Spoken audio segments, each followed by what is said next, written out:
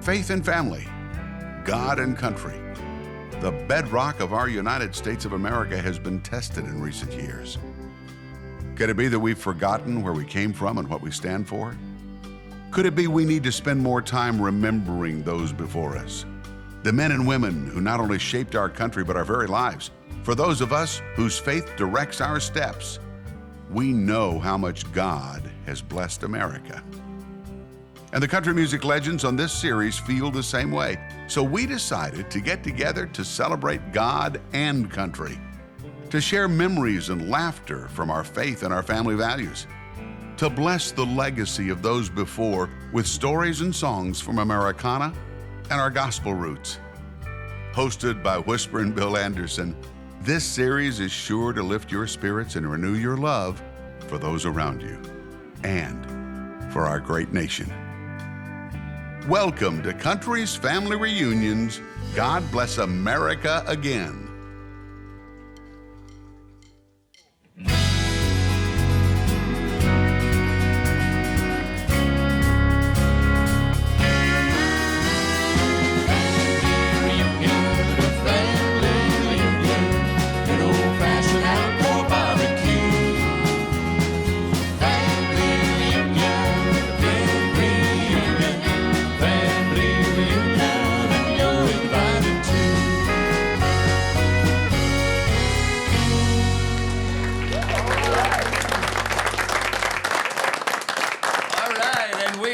Running on another Country's Family Reunion. What a good-looking bunch we have got gathered here today for a very special Country's Family Reunion titled God Bless America Again. So many of you folks have written to us and told us how much you love the gospel shows when we do those.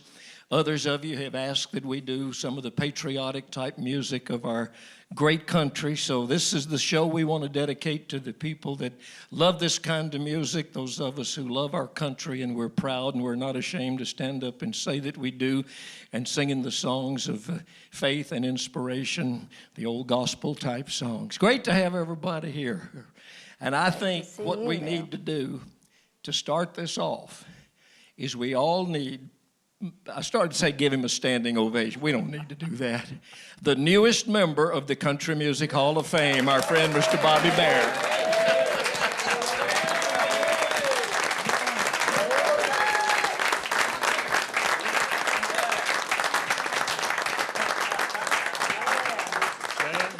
Bobby, congratulations from all of us. Very well deserved and earned. I was not able to go to the actual medallion ceremony, but I have this vision in my mind of Bobby Bare, who is always so energetic and excitable. Don't you know he just jumped up and clicked his heels together and yelled wahoo and ran up and down the aisleways? I was a happy guy. Happy guy, that's a big deal. Absolutely. Doesn't get any bigger than that. That's right. But you are the most unexcitable person I've ever seen. You will never die of high blood pressure. Well, I was so happy. That room was so full of love. Everybody in the world that I loved was there. And it doesn't get any better than that. And that room was totally full of love. Everybody, you know, me, Kenny Rogers, everybody in that room loved us. And there was no doubt about it. And and we were all so happy. Everybody in this room loves you too. Thank you. Very, thank you. You wrote and recorded the song that we're using as the title song for this edition of Country's Family Reunion. Tell us how it came to be written.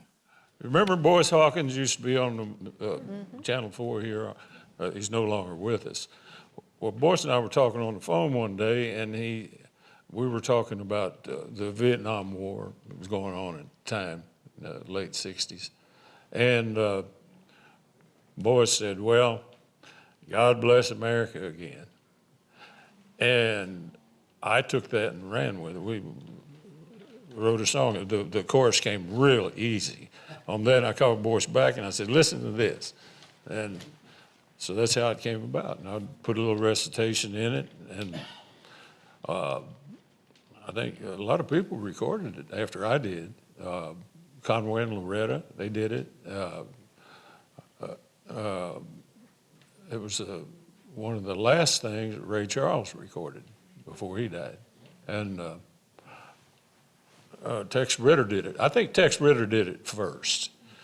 And they used it in the John Candy's last movie, Canadian Bacon. The first 10 minutes of that movie was that Tex singing that song in that Tex Ritter fashion. So, yeah, and I got a letter from Irving Berlin's attorney to cease and desist. And it's true. I wrote him back, and I wrote him back and said, "You're probably going to love my next record. It's called I'm Dreaming of a White Christmas Again." And I never heard another word from anybody. They probably figured that crazy hillbilly down there in Nashville, I don't want to mess with him. You said the song came out during the Vietnam War. We were kind of divided in this country, a lot of people on one side and a lot of people on the other. Do you think your song maybe had a healing effect, or did it polarize people? Well, I would like to believe it ended the Vietnam War, but I doubt that. I really don't know. I think probably the people that thought the way I did, they all loved it, and the people who didn't hated it. But Never heard it's anybody what I hate it. believe. The people that did like think- it just, Well, how about starting us off musically by singing God Bless America again, our newest Hall of Fame member. Which microphone do I use? This one? There you go, boys.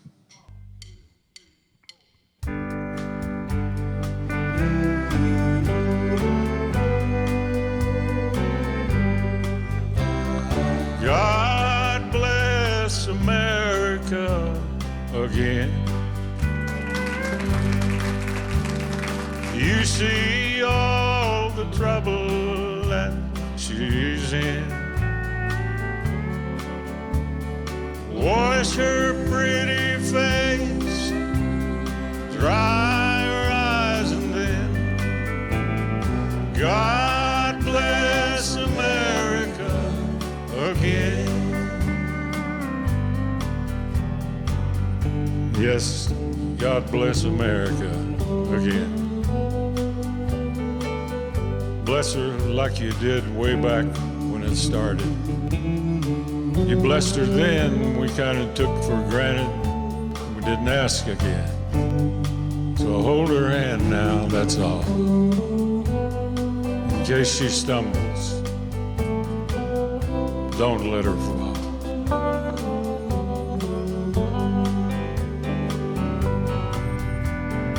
God bless America again. You see all the trouble that she's in. Wash her pretty face, dry her eyes, and then God bless America again. You know, I don't understand when they say what's wrong with America. When you don't have a lot of book learning, there's many things you don't understand. But I know this much. She's like a mother to me, and I love her with all my heart. Everything I am or ever hope to be, I owe to her. Yes, God bless America again. You see all the trouble that she's in. Wash her pretty face, dry her eyes, and then God bless America again. Yes, God bless America again.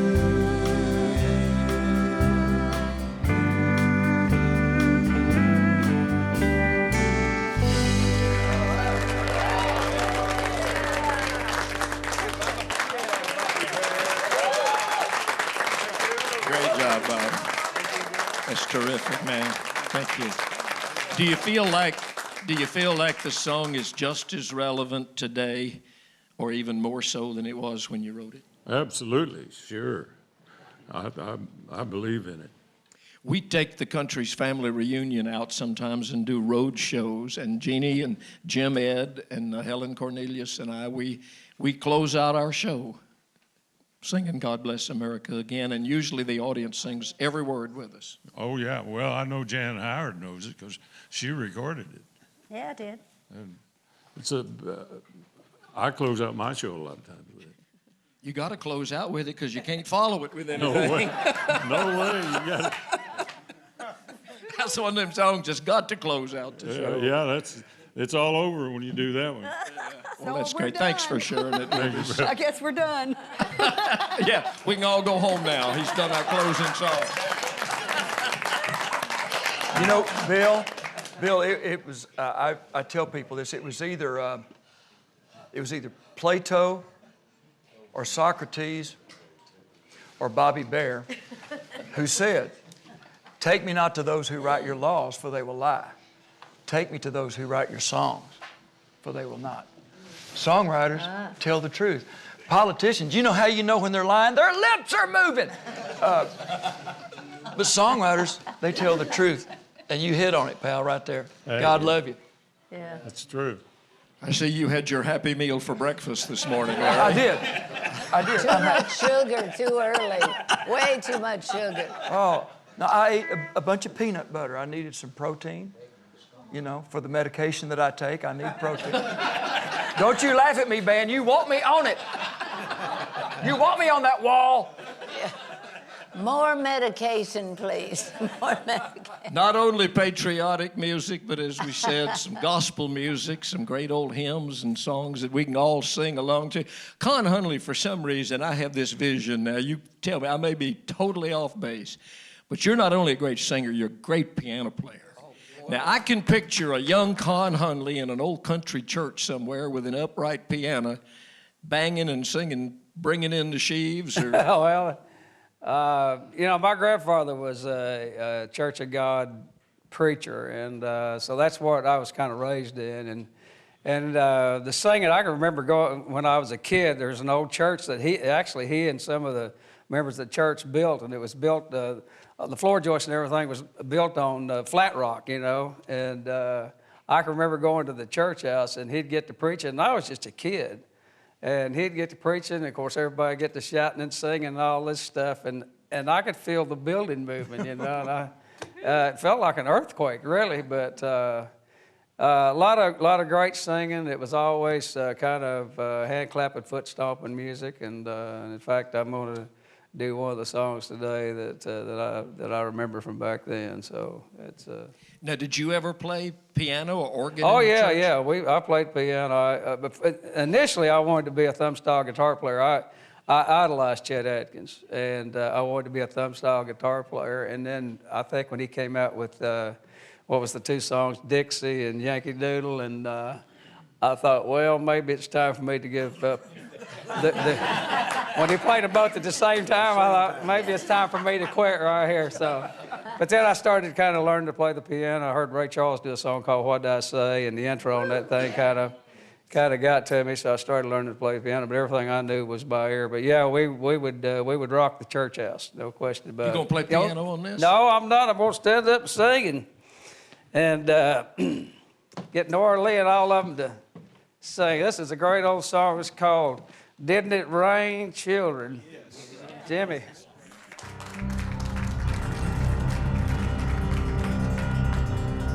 Well, didn't it rain, children? Talk about the rain, oh my Lord.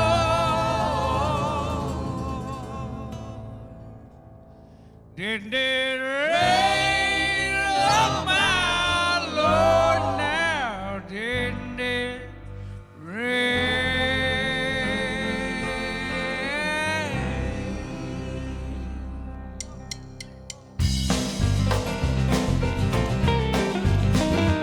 Well, it rained 40 days and it rained 40 nights. There was no land nowhere in sight. God sent a raven to carry the news. He spread his wings and away he flew. To the east, to the west, to the north, to the south. All day, all night. Oh, children, didn't it rain? Well, didn't it rain? Children, talk about the rain. Oh, my Lord, didn't it rain? Oh, my Lord, now didn't it rain? Well, it rained 40 days, 40 nights without stopping. Noah's glad when the rain stopped dropping. When I get to heaven, gonna put on my shoes, walk around heaven and tell the news. High rain, in the east, in the west, in the north, in the south, all day, all night. Oh, children, didn't it rain? Didn't it rain? Children, talk about the rain. Oh, my Lord, didn't it rain? Oh, my Lord, now didn't it rain?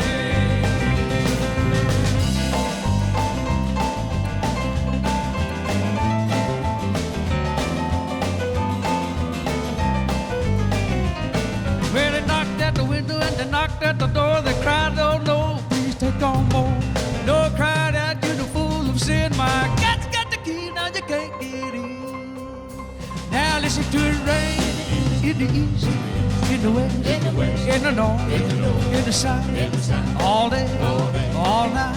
Oh, children, did it rain? Well, didn't it rain? Children, talk about the rain. Oh, my Lord, didn't it rain? Oh, my Lord, now didn't it rain? Well, didn't it rain? Children, talk about the rain. Oh, my Lord, didn't it rain? Oh, my Lord, now didn't it rain? Well, didn't it rain? Children, talk about the rain. Oh, my Lord.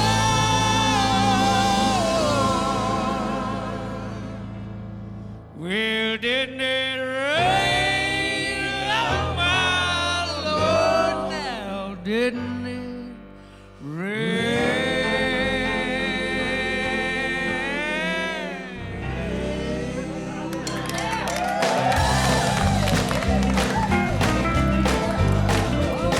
Well, it rained 40 days, 40 nights without stopping. Said no one's glad when the rain stopped and dropping. When I get to heaven, gonna put on my shoes and walk around here and then tell the news. Yeah, listen to it rain. Listen to it rain.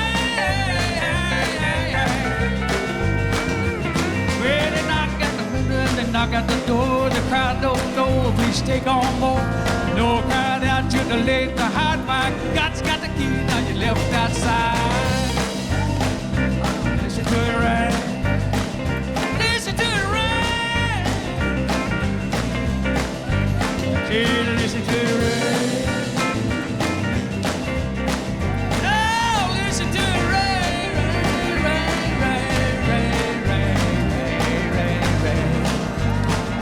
Listen to it rain.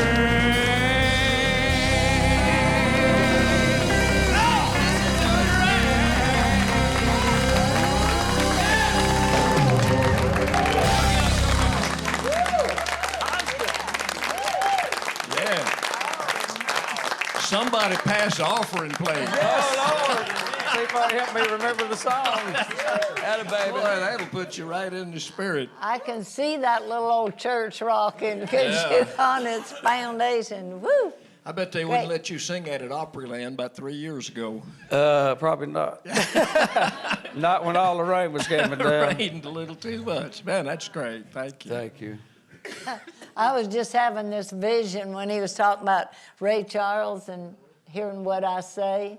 Said, see the girl with the red dress on. Look who's sitting right in front of her. Another show, maybe. Yes. It was planned that way, Yeah. actually. Yeah. What are y'all talking about back there, Sharon and We're Buck talking and Cheryl, behind the your back, Whites? Bill. Yes, you are talking Sorry. behind my back. Sorry. If I'd have been sitting over there, I wouldn't have been. The Whites were with us a few days ago. We did a tribute family reunion show to bluegrass music. You guys fit in anywhere you go, country, gospel, bluegrass. I mean, you even do some western swing, and Buck turns loose on that piano. Can't help where you're from. Were you influenced by all those, Played dances those all the time. different kinds? Dance to it all? All through the late 40s and 50s, I played dance bands, Western dance bands. Yeah, yeah. But then the other day on the bluegrass show, you just played the mandolin, and it was a whole different Our type earliest thing. memories of Daddy were, Well, listen. were him playing the piano in, well, actually, the first real memories I have of him playing in a band, he was in a rock, kind of a rock and roll, rockabilly band. And because that was Called what the was, volcanoes. they were Yellow so hot, y'all. tuxedos. The volcanoes. Yellow so tuxedos good. with Yeah. black lapels. They were very hot, really. And Daddy did the whole, hot piano player thing where he takes a solo and lay down on his back and play with his feet up in the air. Doing a going- bicycle.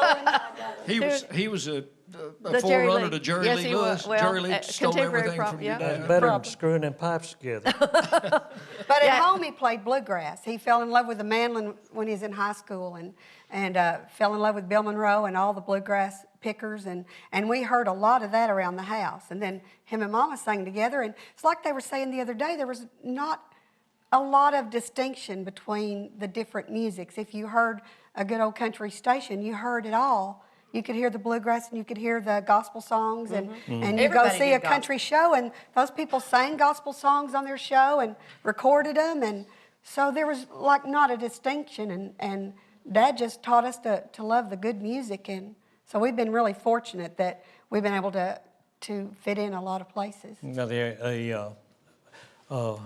Nashville never did always come in to Wichita Falls. It was too far away for the radio we had.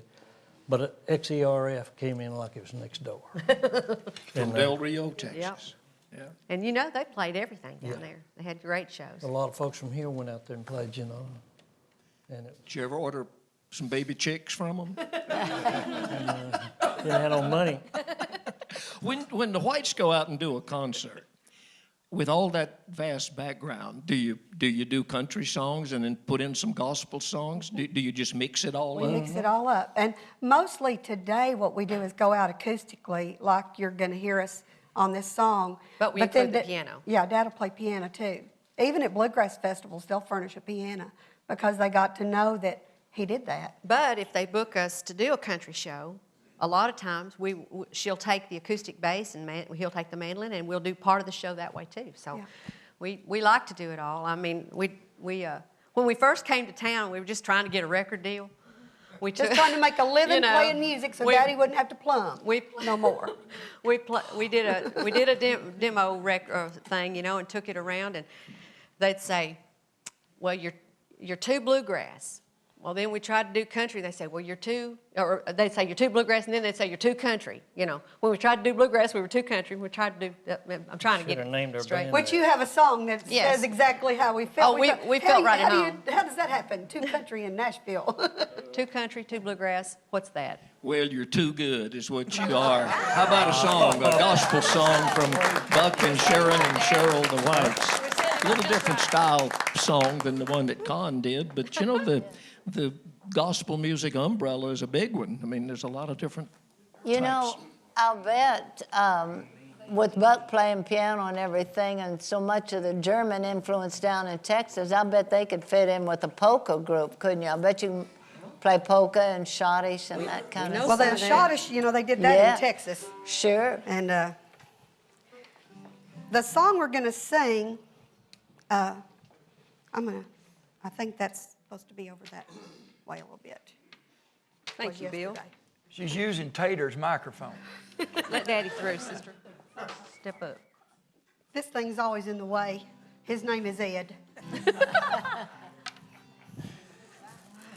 And he lost an ear the other day, so in case he needed tuning, I have it in my pocket till I can get him fixed. What'd you start to say about the song? It's, you know, we grew up singing in churches, and we heard so many gospel songs and sung, you know, like a lot of people here, we know verses and choruses of just about everything. But we had never added this song to our set, and we still don't do it very often, but we learned it a few years ago. They honored, the Academy of Country Music honored our manager, John Doris, who's been with us for 30 years and one of the finest men in Nashville. And he wanted us, and he didn't care what we did.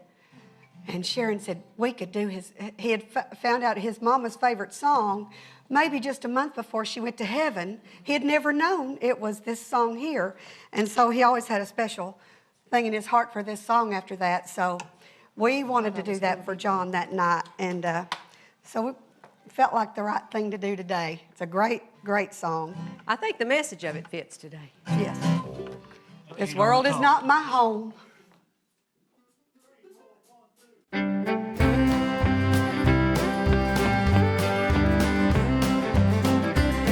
This world is not my home, I'm just a passing through.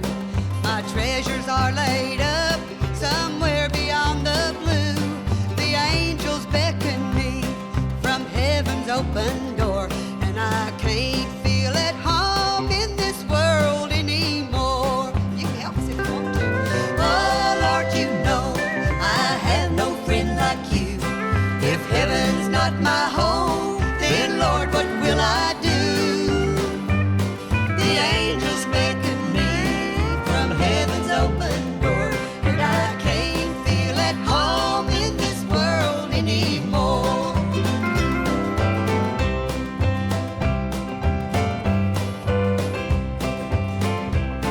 I have a loving mother just over in glory land. I don't expect to stop until I take her hand. She's waiting there for me at heaven's open door, and I can't feel at home in this world anymore. That's true too. Oh Lord, you know I have no friend like you. If heaven's not my home, then Lord, what will I do?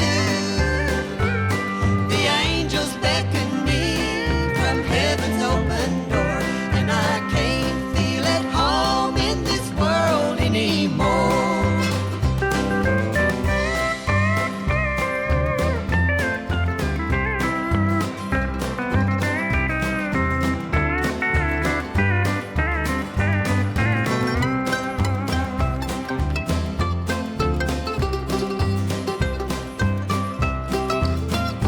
I like this verse.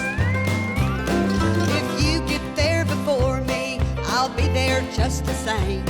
You'll hear me when I shout, oh glory to his name. I'll fly away with him, my Savior I adore, and I can't feel at home in this world anymore. That's shouting it. Oh Lord, you know I have no friend like you.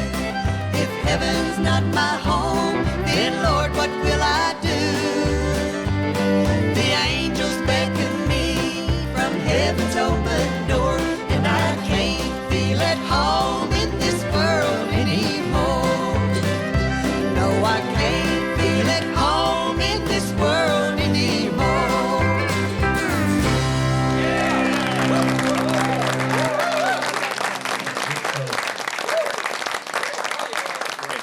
Okay, question about that song. I have seen that song on record and like Yes. Oh, print yeah, I know music. what you're gonna ask. Sometimes it's called This World Is Not My Home. Other times it's called I Can't Feel at Home in This World Anymore.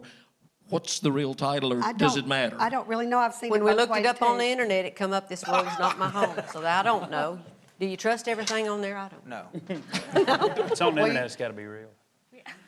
Had the First same record. words, though, yeah. First record I ever heard of that song was by somebody you would never think would sing or record that song, Hank Thompson. Wow. Really? The great Hank Thompson had a wonderful record of that song back many, many years ago. You know, in reality, this world is not our home. Amen, brother. I mean, that's what you said. Songwriters tell the truth. They tell the truth. We are passing through. Yeah.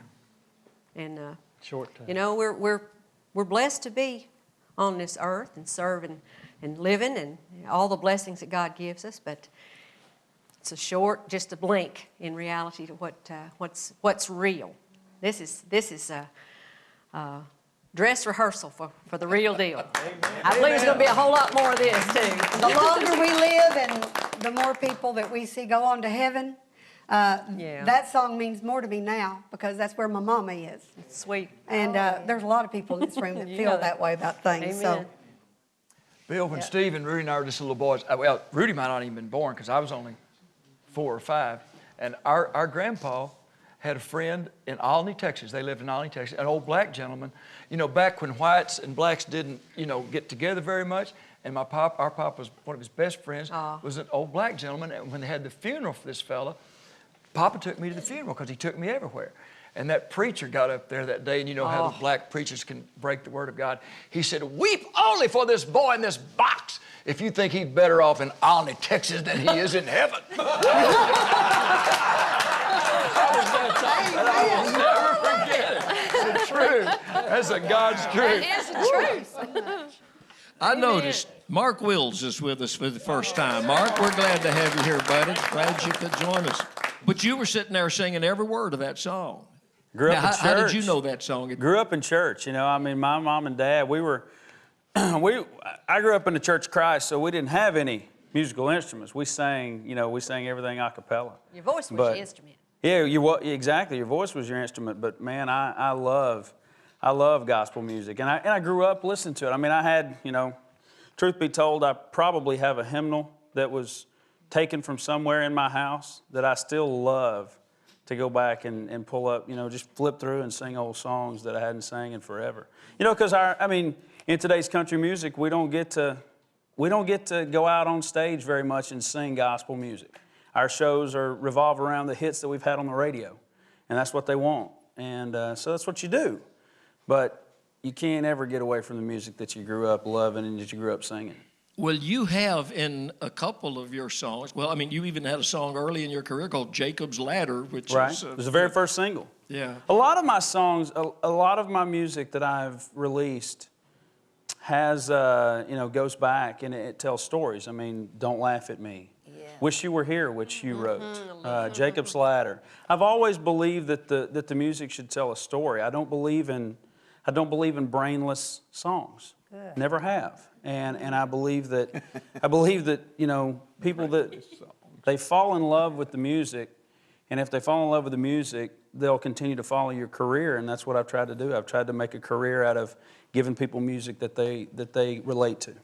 Well, not only music that is gospel tinged or oriented, but you've been doing, I know at the opera you've been doing this song a lot called Looking for America. Yeah. Which is, explain exactly what you're trying to say in this song.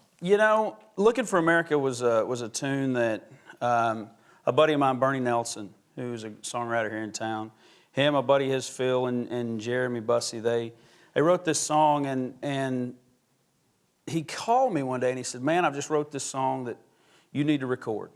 And I said, "Okay." And that was it. A few months went by and never heard the song, and he sent it to me and he said, "Man, I really think you need to record this song." And I said, "Okay." And I never heard the song. So this went on for like 6 or 8 months, right? So he calls me again and he goes, "Mark, I got this song and you really need to record it." And I said, "Well, I will if you'll send it to me." And he sent me Looking for America, and I love the message of it. We were talking about in the intro how our world, our country is divided. I grew up in a time in a little town called Blue Ridge, Georgia, where you didn't worry about your kids playing in the yard. You didn't worry that somebody was going to come and take them and do something to them. I grew up in a world where it was okay to talk about your faith. That's right. I grew up, it was okay to say God. It was okay to talk about your Lord and Savior. Mm-hmm. And it seems like we're getting further away from that. And it scares me for my kids, because I know how, when I was in school, if I did something wrong, you went to the principal's office and he pulled out that paddle and wore your tail out. And then when you got home, exactly. Yeah. And it's, I just see our world going in a different direction, and it scares me. And when I heard Looking for America, I just love the message of the song. I believed in the message of the song, and once again, I just felt like it was one of those songs that I could bring to the people that if they had followed my career and they knew how I felt about music and they knew what I wanted to say with my music, that they would accept it. Well, share it with us. I will. All right. Mark Wills.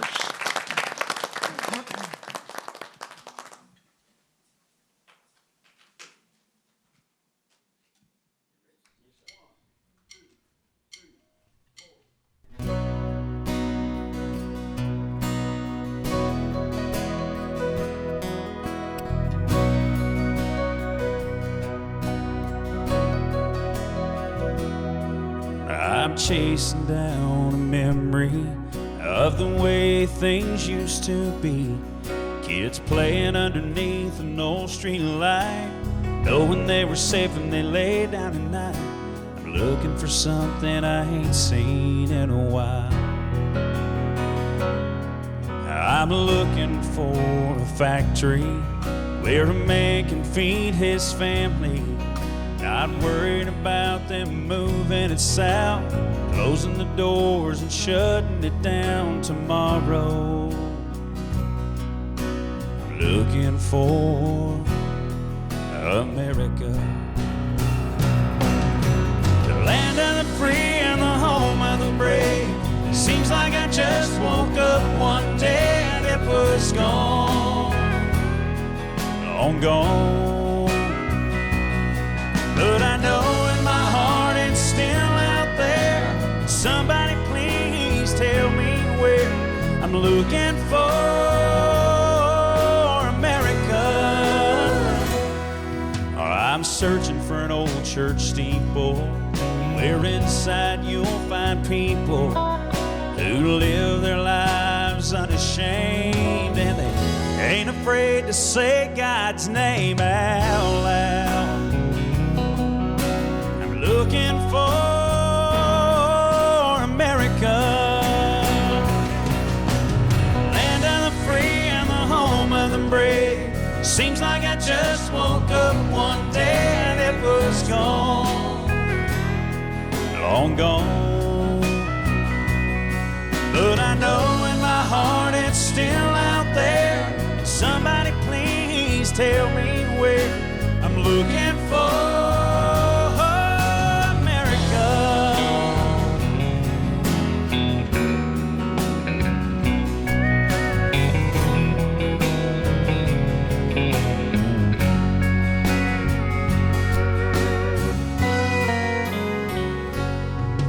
I'm out here looking for the truth. A few folks to wave the red, white, and blue. Still believe freedom isn't free, and I guess it's up to you and me to find it.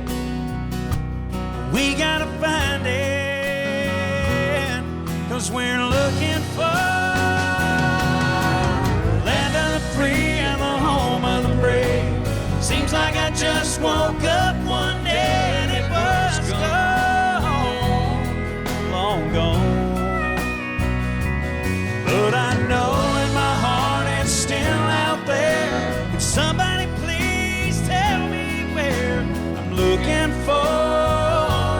Where I'm looking for? Yeah, we're looking for America.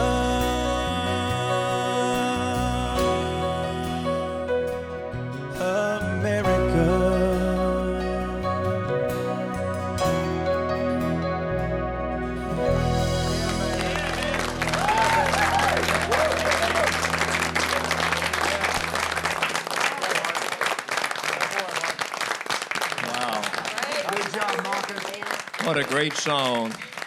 Mark, if you ever learn to sing, you're going to amount to something.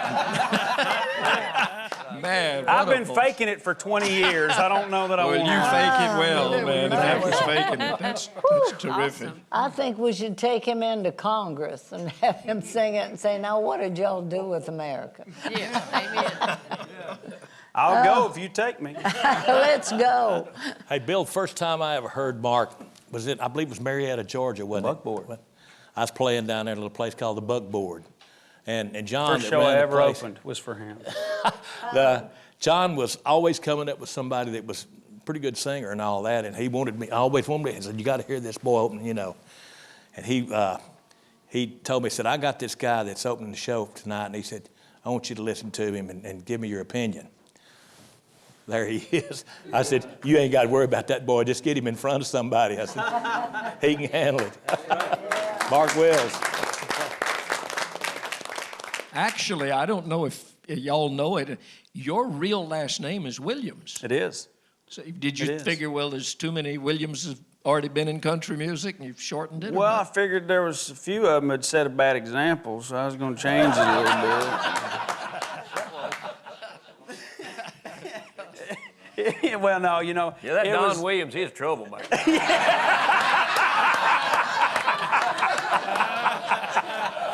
know, I was talked to by some friends before, you know, before I started out, and I come along, you know, in the mid '90s when, you know, Doug Stone had changed his name because his last name is Brooks because of Garth and stuff like that, and I was just told, you know, there's been a lot of big names in the country music industry, and you might fall under one of those. You might fall under the whole Hank Williams thing.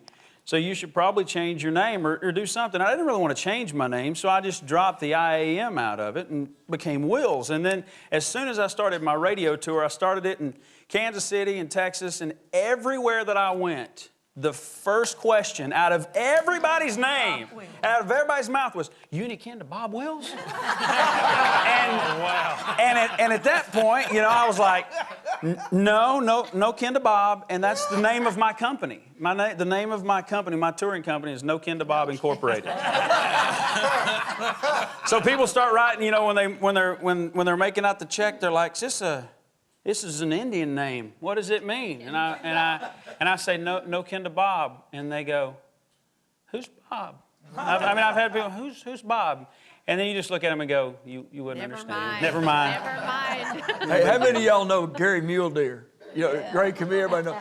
Well, he's one of the funniest men in the world. He would go out, the first thing he says on his show says, hi, y'all, glad to be here. My name's Gary Mule Deer. Of course, that ain't my real name. Real name's Frank Mule Deer.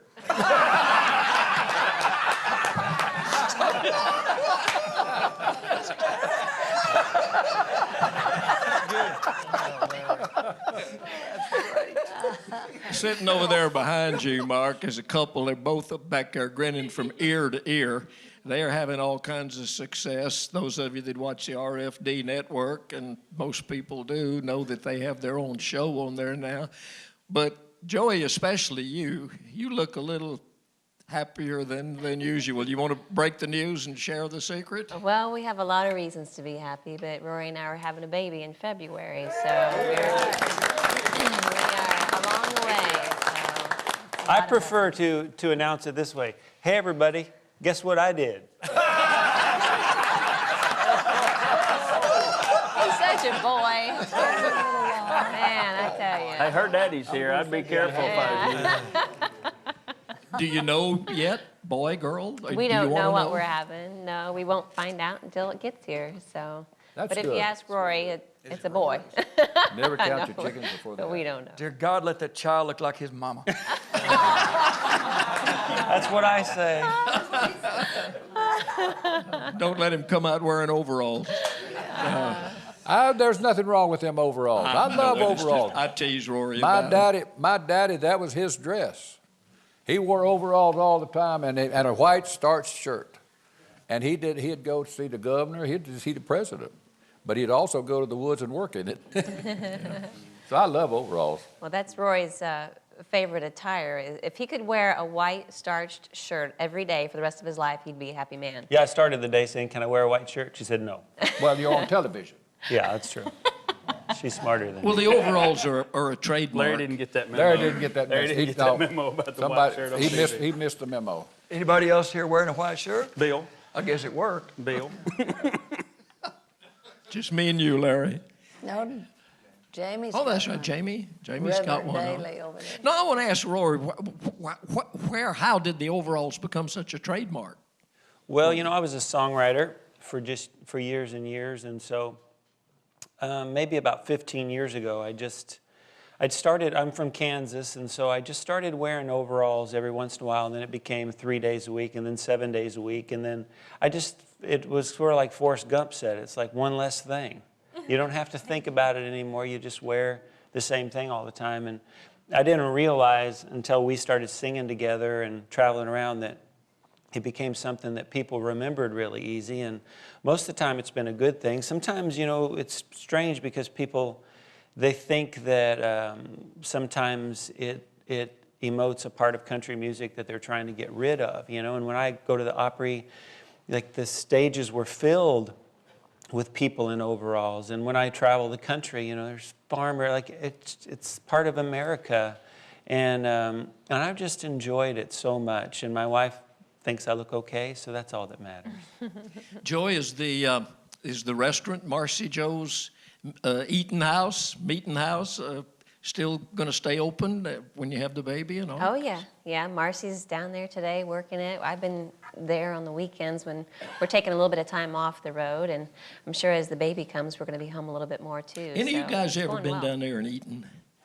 Because if you haven't, I'll sneak in a commercial. You need to go. I mean, that is good country. Well, when you get there, you won't think that you need to be there, though. It don't look that good. It don't. No. From the outside? Hey, what's Fried Chicken Day? Fried Chicken's Day is Wednesday. Wednesday. I was there on Wednesday. Very, and Martha White biscuits, of course. Yeah. She'll sneak in that plug every time. She will. She can't help it. How about a song from Joey and Rory?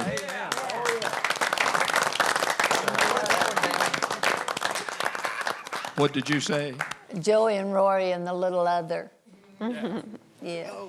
Hello, how are y'all? Ooh, she is showing, isn't she? I am showing, yes. See, yes, sir.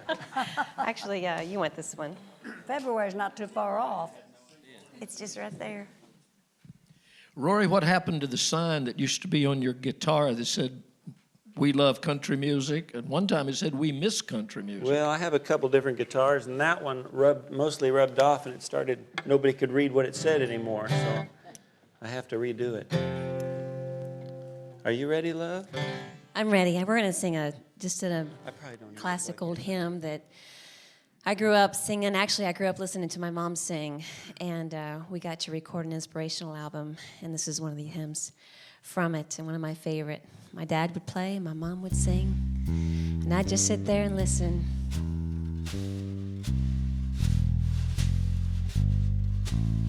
I come to the garden alone while the dew is still on the roses, and the voice I hear falling on my ear, the Son of God discloses, and He walks with me, and He talks with me, and He tells me I am His own, and the joy we share as we tarry there, none other has ever known. He speaks, and the sound of His voice is so sweet. The birds hush their singing, and the melody that He gave to me within my heart is ringing,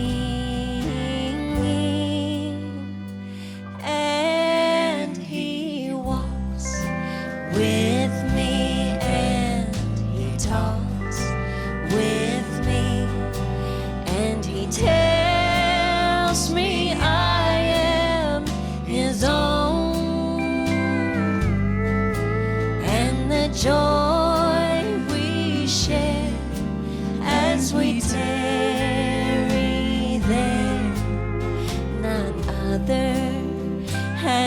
ever known, and the joy we share as we tarry there, none other has ever known. Oh, yeah, girl.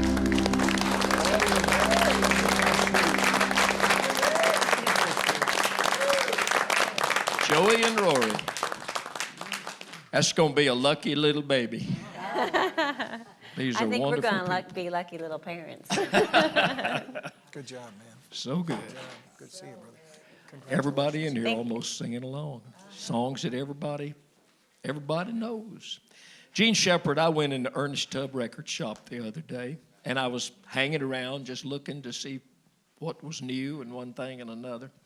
And I asked the lady there, I said, what's the biggest selling thing at the Ernest Tubb record shop? Because they sell records and books and videos and all kinds of different things.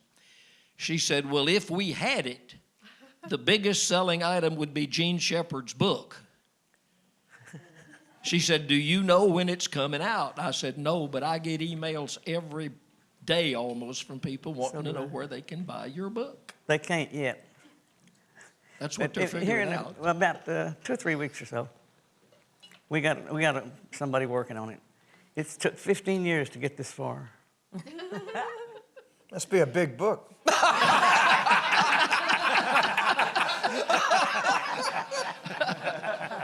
Quiet in the background. One time here on this show, you started saying, and I think the reason everybody's so interested in it is I think they're Want to know what I got to say? Yeah, you've kind of teased them a little bit. I still want to know what she's got to say. No, you don't. I'm worried about it. She's so shy and hesitant about speaking her mind. Yeah, I think she just added Lee Greenwood. Do what? What? What did you say? I said, I think you just added a chapter on Lee Greenwood. What is the actual title of the book? Down Through the Years. And boy, have I got some stories. And it will be out shortly? Yeah, It's still yeah, coming out. yeah. The people are here today to put the finishing touches to it. Great. Right. We've got a bunch of pictures. I got some great stories about Porter Wagner and Mel Tillis. Should the rest of us run for cover? Yeah. Well, they're sure looking forward to it at the stores where they sell books about country music. And Are you putting that there for me? I don't need it. Thank you. No rocking chair either. Speaking her mind. I appreciate it, darling. I'm not helpless. You know, the first time that my family and I got a chance to go to the Grand Ole Opry, you were there that night. Really? One of the nights I was there. Yes, ma'am. Uh-huh. And among the acts, you know, of course, as we grew up playing bluegrass, we Lester Flatt and the Nashville Grass was there. And anyway, remember, you know, and you'd keep your time. And I asked my dad, I said, well, what's she doing that for? I said, keep the band in time. I give other signals too.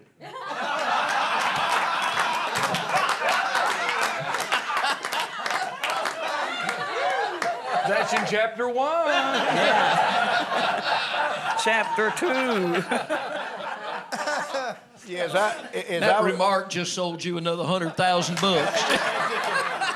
Yeah, as I was making my way through traffic to get here this morning, somebody shot me a half a peace sign. Well, I was taking we raised a grandson. I was taking him to school one day, and most places where you live, you know, you can turn right after you make after you stop, you can make a right turn. Well, this little town where I used to live didn't have that. You know, you just went up there and you had to fully stop before you made your turn. Well, I was running late. I just whizzed around that stop sign, and I said, "Oh Lord, I just run a stop sign." My grandson said, "Don't worry about it, Granny. That cop behind you just done the same thing." I said, "Has he got them blue lights going?" He said, "Yep, nope, yep, nope, yep, nope, yep, nope." that cop come up to me and says, "Well, lady, I've been waiting on you all morning." I said, "Well, sir, I got here as fast as I could." He said, "Let me see your driver's license." I said, "Y'all took him away from me 3 months ago. Now you want to see him again. I wish you'd make up your mind." But he was nice. When he left, he gave me the peace sign. He got 3 blocks down the road, and I gave him half of it back. Gotcha. So bad. You just sold a book, girl. I can't. Talk a little bit about this song you're going to sing, because it's a Nobody song. knows much about it, really. What a great song. It's a great song, a great song. And 3 people recorded it, Connie Smith, Tammy Wynette, and myself. Tammy had the best record by far. Larry Butler just thrown it at me and said, "Let's do this." We only had about 30 minutes. And I just really messed it up. But I love this song. Didn't Joey Chestnut write it? Yes. What a great writer. It's a wonderful song. And like you say, you don't hear a lot of people doing it, but it's really got a great message. I got the words to it. You're not the only one. But I just think it's such a great song. It tells what the Lord does for you and what he sees and what he does. Share it with us. Okay. All right, everybody, attention. Are you ready? Go.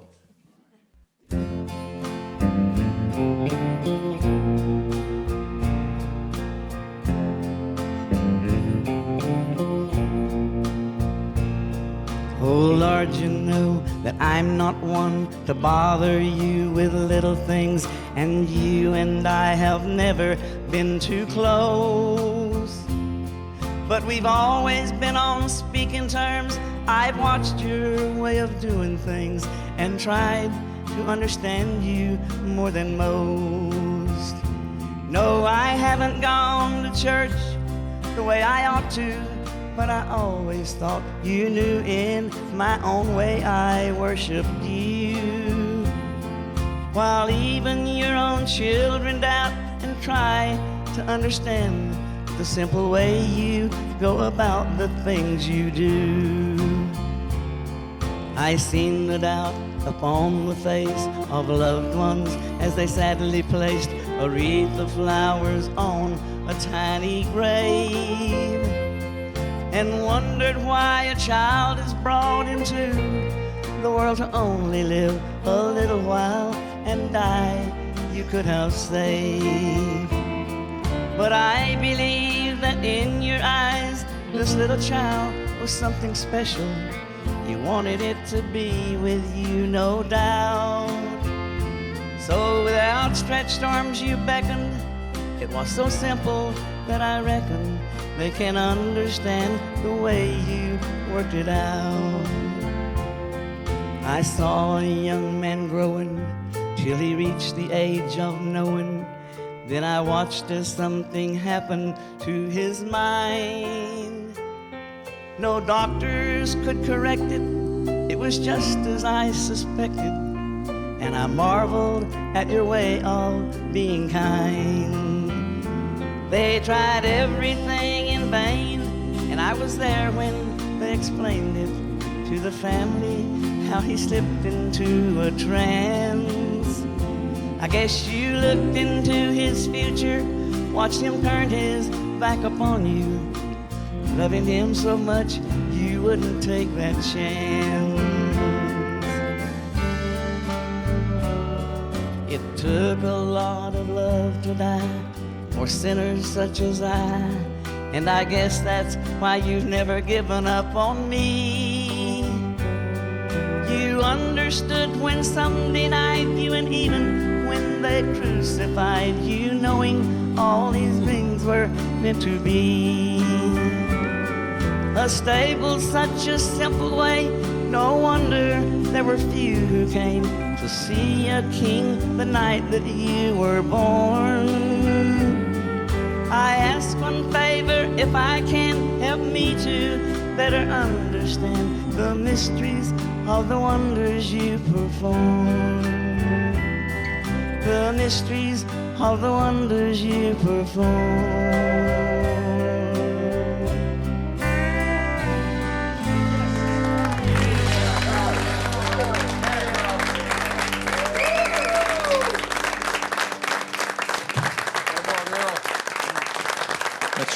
wonders you perform.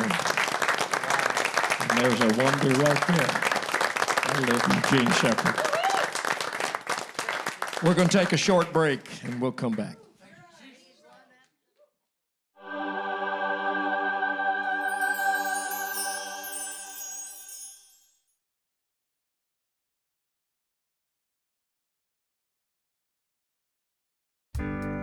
Faith and family, God and country. The bedrock of our United States of America has been tested in recent years. Could it be that we've forgotten where we came from and what we stand for? Could it be we need to spend more time remembering those before us? The men and women who not only shaped our country but our very lives.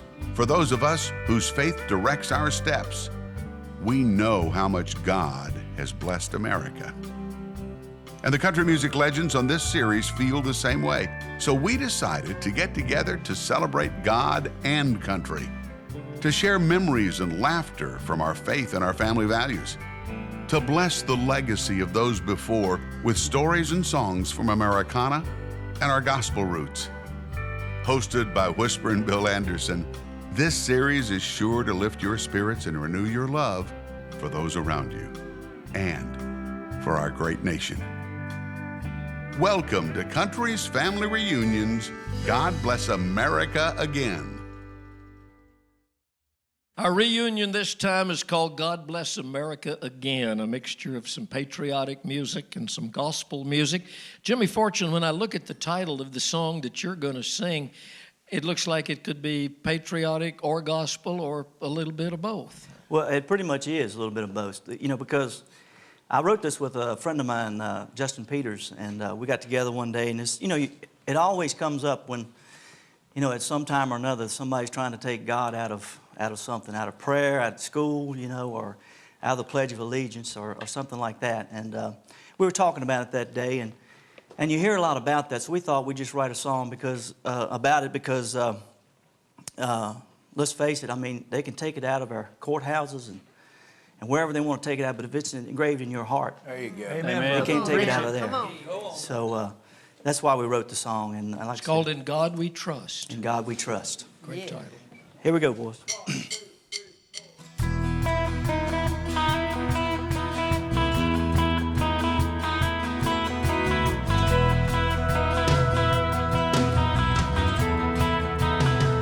A nation built on sacrifice, soldiers and their families who've paid the highest price to give their all, to heed the call, to keep us all alive and freedom standing tall. Through war and troubled times we have endured, but with these words we have been secure. In God we trust. How can we turn away our faces? In God we trust, the giver of our liberty. We must not forget our freedom, only want Him when we need Him.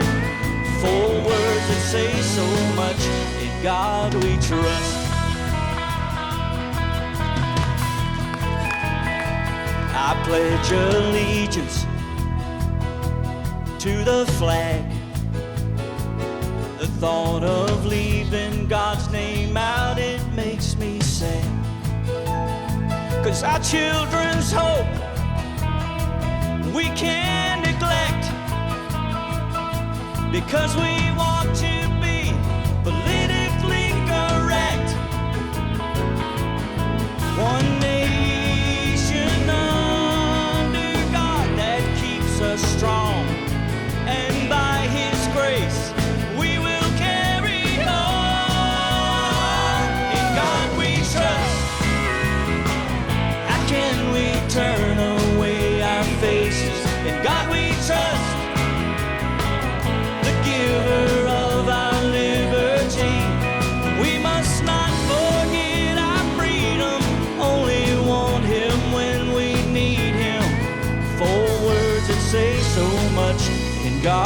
trust. In God we trust.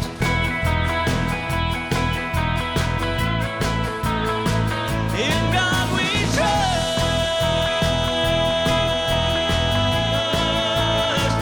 In God we trust.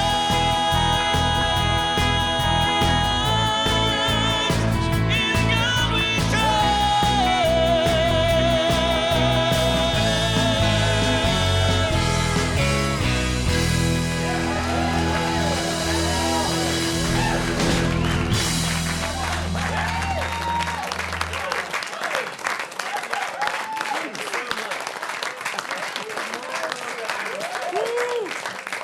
I bet that hurt.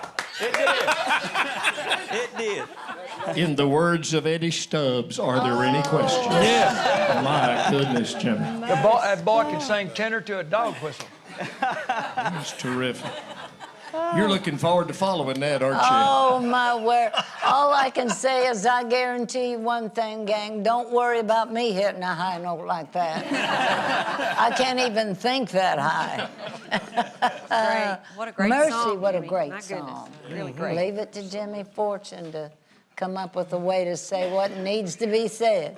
Man, everything he writes, he's just anointed. Jimmy, Yeah. you're just a great, great writer. It all comes from him. It doesn't come from me. You're not dropped the set out of your ring. This speaker's going to haunt Somebody me the rest dropped of the my offering.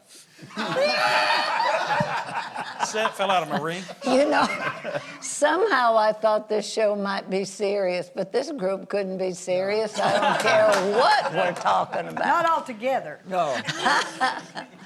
You're going to do a song very different from what Jimmy did, and a song that comes from a very different place and perspective. And you were sharing with me in the dressing room back there. Well, we weren't in the dressing room together, but You weren't supposed to tell that part. You Tell it all, brother. Tell it all.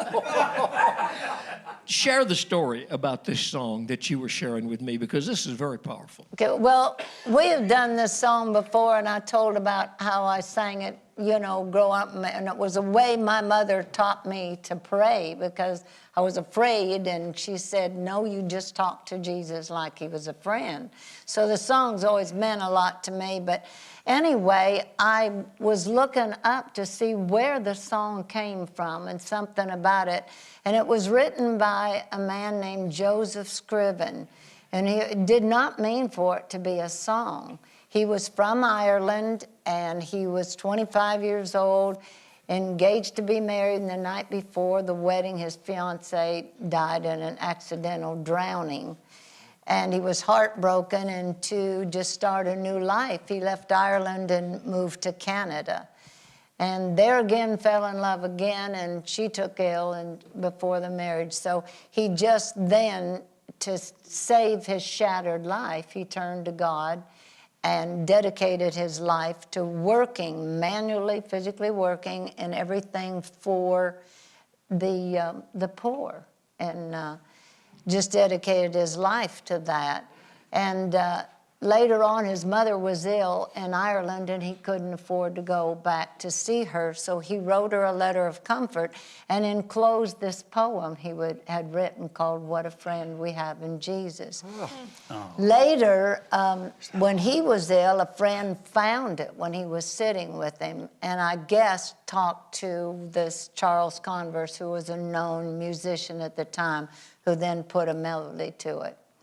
And it was included in a hymnal psalm book, and the man put it was the last one I put in the book, but it's the first one in favor. And one other thing I read about it, it said this piece of work is not one of the greatest literary pieces or musically done, but the fact that its simplicity and the simple, direct truth, if you will, there again, the word truth came out, and the simplicity of the music has the ability to reach and comfort people. Amen. And has since it was written.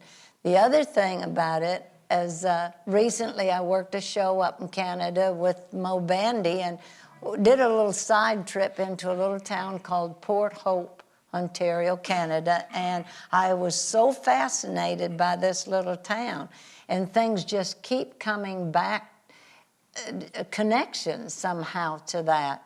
And recently I met the parents of the 2 little girls on the series Nashville, and Gene, my husband, said, "Where are y'all from?" And he said, "You've never heard of it. It's a little town called Port Hope, Ontario, Canada." And we said we'd been there and loved it. And when I read through it, said this song was written by Joseph Scriven in 1857 in Port Hope, Ontario, Canada. And I said, well, then I'm supposed to sing this song today. So, oh, that's a great but is it time? It is time. After that.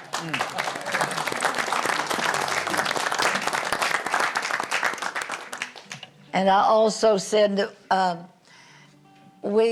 even though I've known this song for so long, we used to call it a mental block, you know. But here lately, everybody keeps telling me their senior moments. I've decided I'm having senior minutes. They're lasting longer than they used to. So I want all of you to sing along, because I didn't know I could cheat like Jim Ed and Gene Shepard and have lyrics. So y'all sing with me. Between all of us, we'll remember this, okay? That mic won't work. Okay.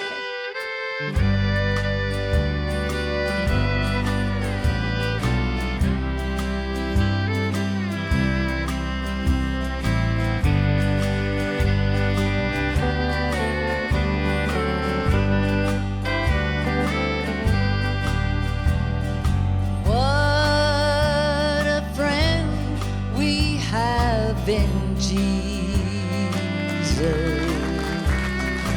all our sins and griefs to bear. What a privilege to carry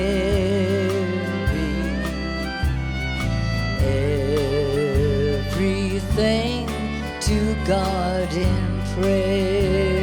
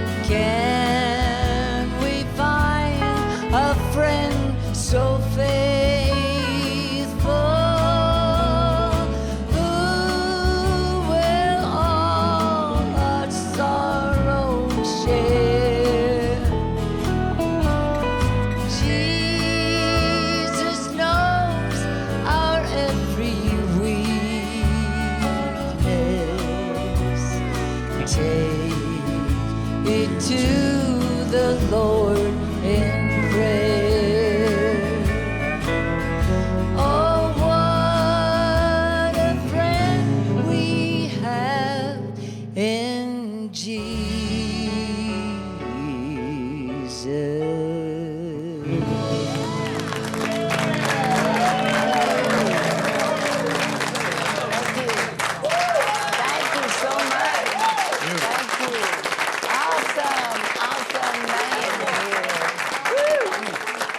Thank you. This would be a great time to introduce the band, except they're going to do an instrumental in a minute. But I just want to go on record as saying he worked for me for 16 years. Mike Johnson ain't right. You just ain't right, boy. Thank you. They are so good. That was a great story she told, wasn't it? Yeah, it was. You know, it reminded me a little bit. Remember the story George Hamilton told on here about the guy that wrote Amazing Grace when he was out on the ship? Is that that kind of a story? Maybe that's where the great songs really come from. I think what hit me the most was saying the simplicity, the direct, plain truth. Everybody can understand what that says. It just simply tells you in the simplicity of the music, which there again, that's why God uses country music, because we're simply the truth. That's right. Didn't you tell me that they have erected a statue to John Scribner in Port Hope, Ontario? Yes, they have. It's out on the highway toward Lake Ontario, and to commemorate the wonderful work that he did there. And so I will be going back to Port Hope somehow. What a great name for the town. I know, I love that. That says something. And in one itself. more wonderful thing about that town, they've got a dog cafe.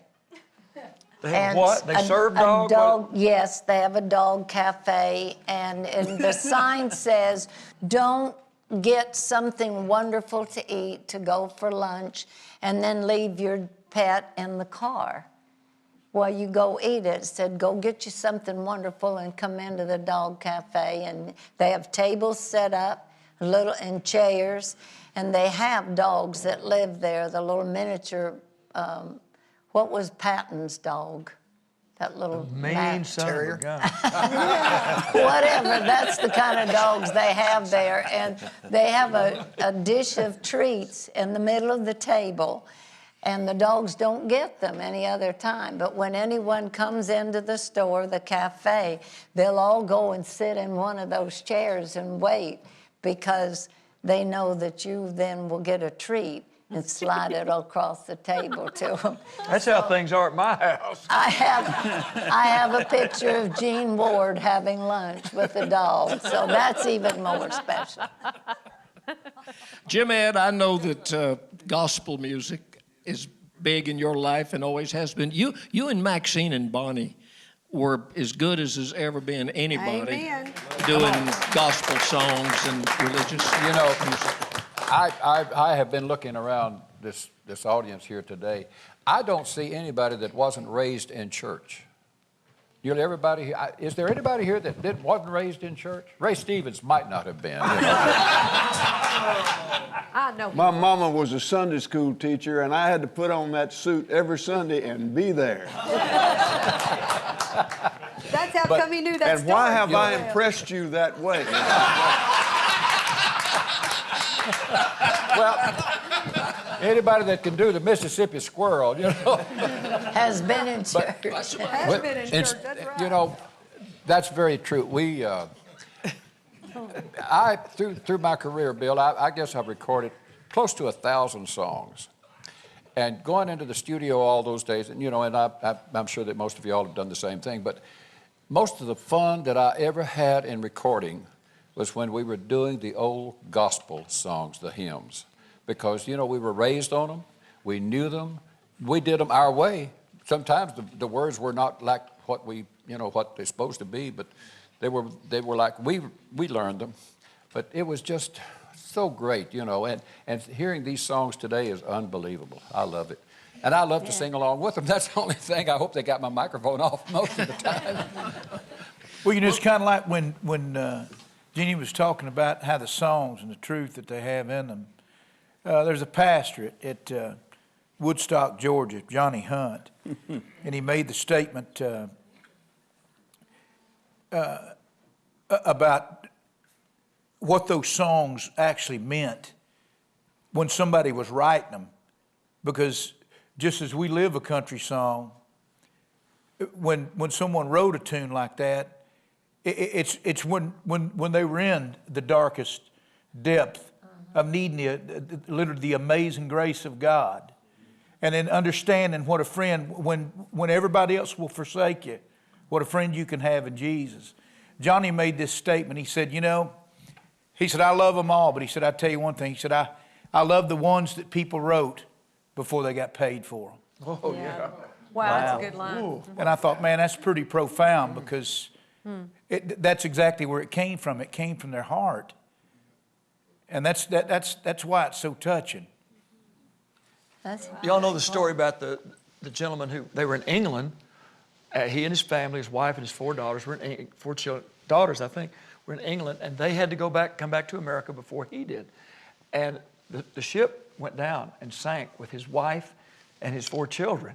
And he came over later that week, and he asked the captain of the ship to show him the spot where they went down. And he stood at the rail and he wrote, "When peace like a river attendeth my way, when sorrows like sea billows roll, whatever my lot, thou hast taught me to say, it is well with my soul." I'm not sure I have that much spiritual awakening to have been able to do that, but how many hundreds of millions of people has that song blessed? He wasn't a songwriter. He was a man who lost his wife and 4 kids and wanted to tell God that he still loved him in spite of all that. Yeah. So before he wrote, I love it, before he made a living at it. Was that amazing how everybody started singing? It was. Everybody started amazing. singing. Sometimes a gospel song, not necessarily through any fault of its own, but for different reasons, will branch out and become in the public consciousness. The song you're about to sing, Jim Ed, was one that Willie Nelson took. And I don't think he was necessarily trying to do a gospel record or what. He was just kind of sharing the news and the up-tempo message of this song. And he reached millions of people who wouldn't necessarily tune in and listen to gospel or church music. And this is not the only gospel song that he wrote, He's written quite a few. Family but anyway, Bible? you know what? Well, I don't think he wrote this song. Well, he took it, so I know, popularized it. But I'm going to have some help on this song. I have been wanting to do this since whenever I decided to, come to Nashville. And the Maxine and Bonnie would not come with me. But there's a group that's been on the Opry all this time, and they're a family group, and everybody loves them, and I do too. And I've been wanting to sing with those girls. Now, I don't know about the hairy-legged old dad, that's going to be out there. But It's part of the package, I guess. but we got Bucks to sing bass.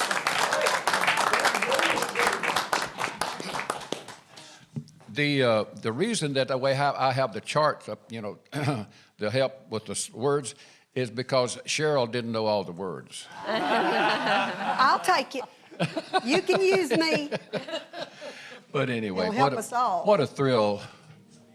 Is Buck going to be over here? Is Buck in the right middle? here. What a thrill it is to sing with these girls and boys, because they've been doing these songs for years also. And I know that they were raised in church. But I love to sing. Yes, and why am I talking? My wife says, "Jim Ed, you talk too much. Quit." Bless you. This is just my chance to play like I'm Maxine. I always wanted to. Yeah. Love those girls to pieces. She's the wild one. Sharon gets to be Bonnie. This is a song called "An Uncloudy Day," fellas. Yeah.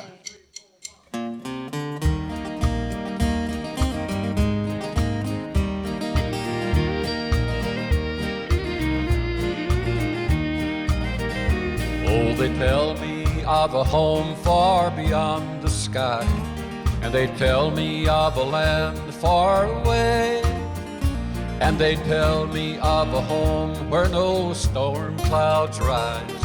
Oh, they tell me of an uncloudy day. Oh, the land of cloudless days. Oh, the land of an uncloudy sky. Oh, they tell me of a home where no storm clouds rise. Oh, they tell tell me of an uncloudy day. Oh, they tell me of a home where my friends have gone. Oh, they tell me of a home far away, where the tree of life in eternal bloom shares its fragrance through an uncloudy day. Oh, the land of cloudless days. Oh, the land of an uncloudy sky.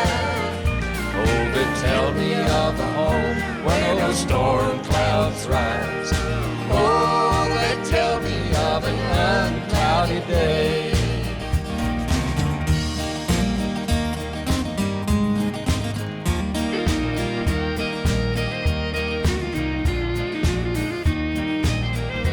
Oh, they tell me that he smiles on his children there, and his smile drowns the sorrows all away.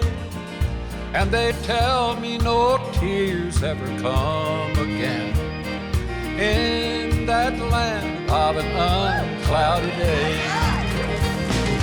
Oh, the land of cloudless days. Oh, the land of an uncloudy sky. Oh, they tell me of a home where no storm clouds rise. Oh, they tell me of an uncloudy day. Once more, everybody. Oh, the land of cloudless days. Oh, the land of an uncloudy sky. Oh, they tell me of a home where no storm clouds rise. Oh, they tell me of an uncloudy day.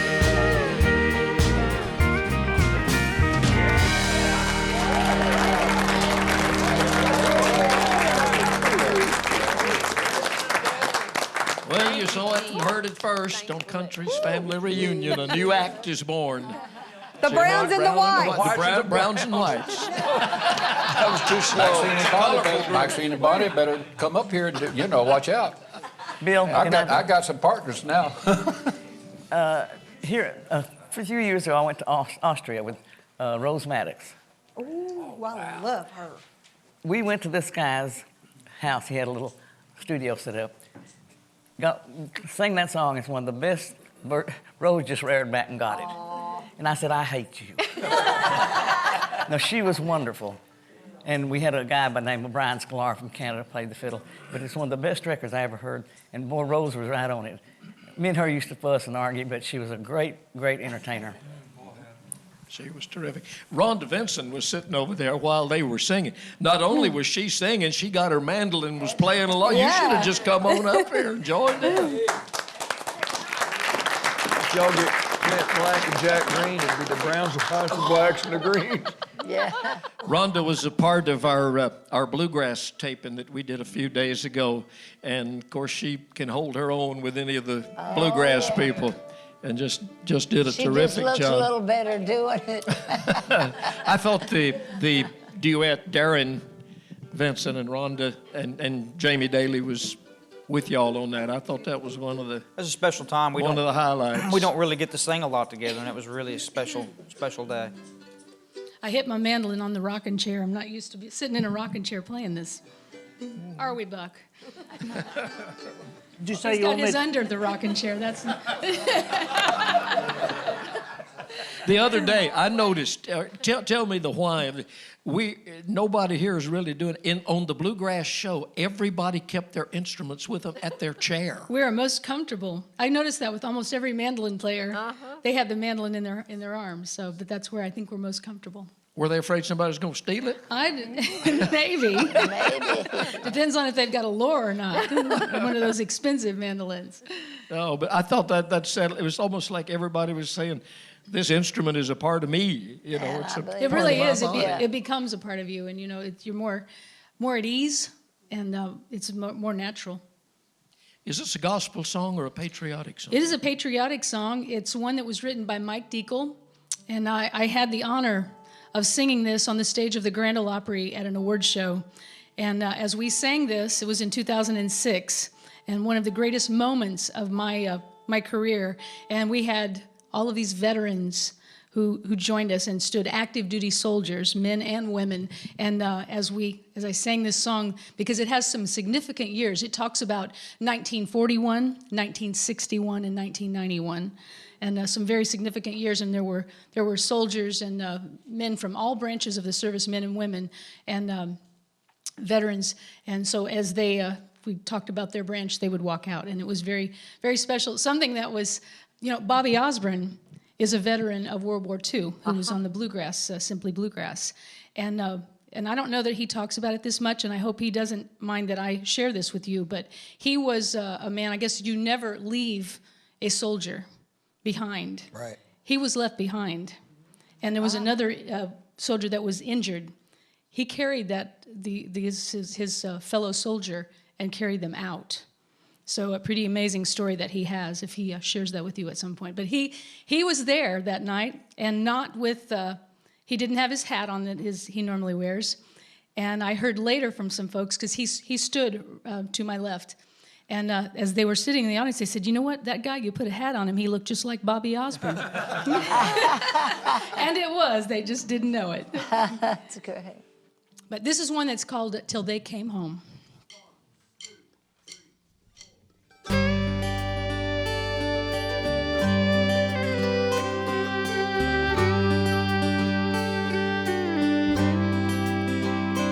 Times were hard, but they were fun.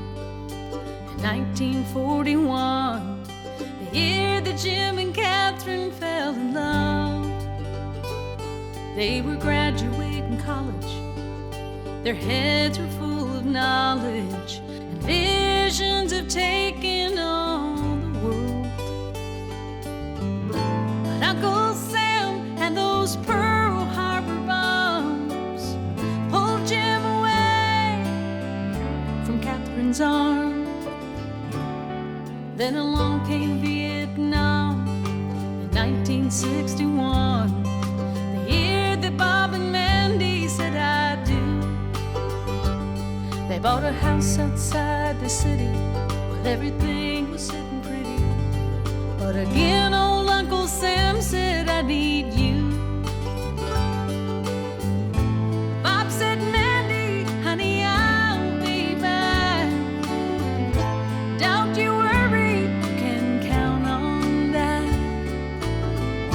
And as the headlines roll, every mother prayed, every father laid awake the whole night through, every brother bragged, every sister cried, every hometown across this land holds on till they came home.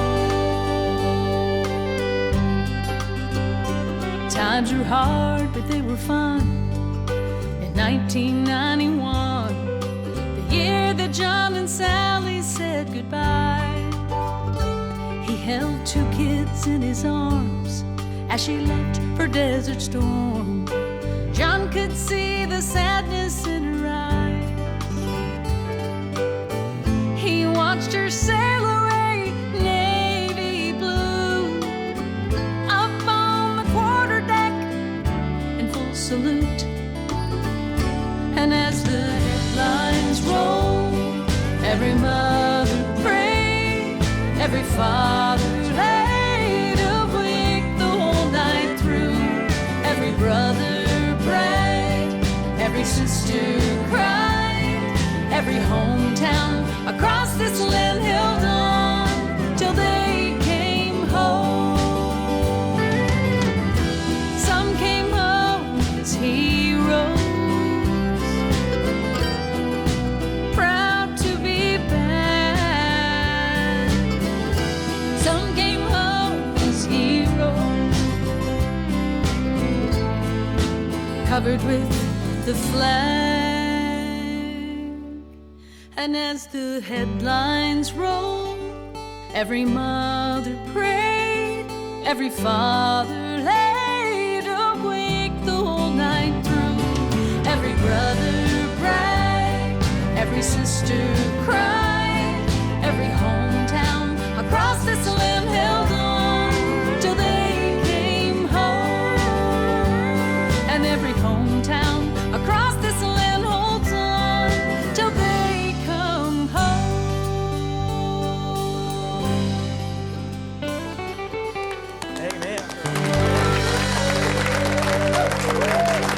for your service.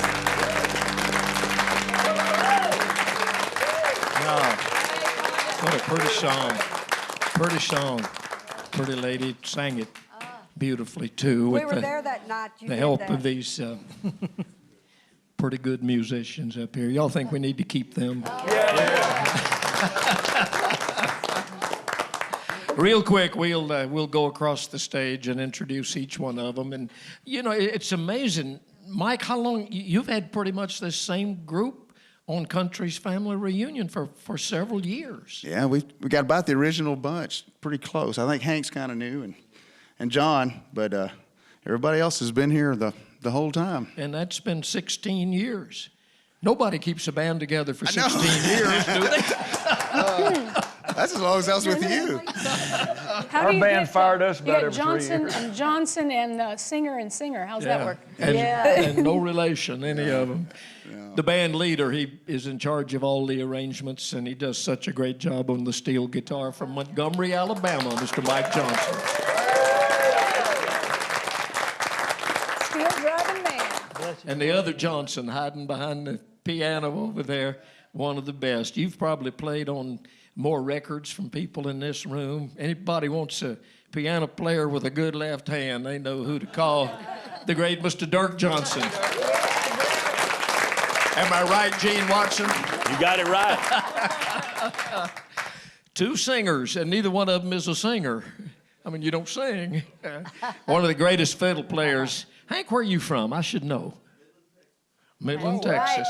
Mr. Hank Singer playing the fiddle.